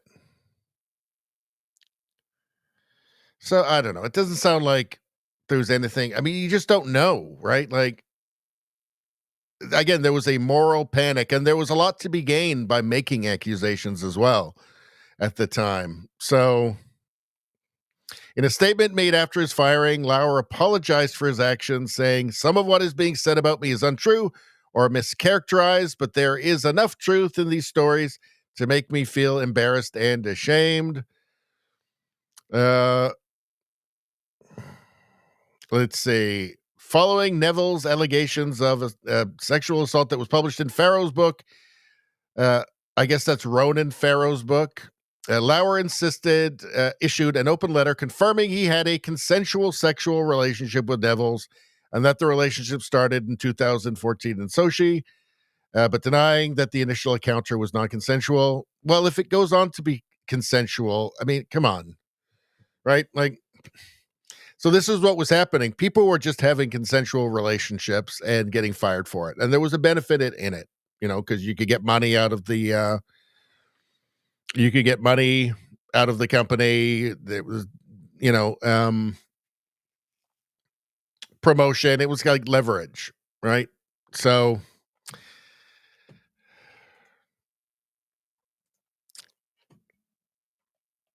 but they're all liars. So there's also that. They're also all liars. Let's see. All right. Nevada said he got busted being a perv. You probably just had an affair with a coworker, and then he got in trouble for it.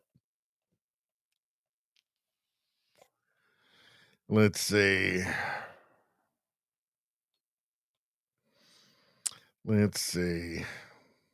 Nevada says they had him on video. I didn't know that. Nevada says he was a creep. Well, okay, I didn't see the videos. I'll take your word for it. JDL says he did do stuff. Okay, I trust you guys. Let's see. Radio streamer, man, I know the stream is ending soon, but I'm going to be up for an hour or so afterwards, and I don't have any energy. Well, I don't know what I can do for you. What am I, like some sort of magician? Like I just like conjure up some sort of energy and like send it across the continent to people in the chat just because They them energy. They them energy. They them energy. They them energy. Always got your back, streamer. Always got your back. Let's see. Nevada says he thought he could throw his weight around and creep on many coworkers. Okay, I trust you guys. I was giving him the benefit of the doubt, but I'm with you guys. All right. Let's see. Nevada says guy's a loser. Oh, they're all losers. Don't get me wrong. All right. All right, you guys. Thanks, everybody. Thanks, everybody who showed up. I appreciate it very much. If it weren't for you guys, I would be ranting out into a cold and different void, and that would be depressing, but it's not depressing because you guys are here to listen to my crazy rants. And you're basically like half the show now. So, you know, what would I do without you? Everybody, I will be back tomorrow night, 7 o'clock Pacific time, 10 o'clock Eastern time for a premium only stream, So, and I'm not sure. It might be Useful Idiots number 2. It might be something else. I don't know. All I know is I got to do 5 hours of premium content every month to stay in the Rumble Creator program. So we'll be doing that. And yeah, everybody have a great night. Thanks for showing up. Hope to see you all tomorrow. Good night, everyone.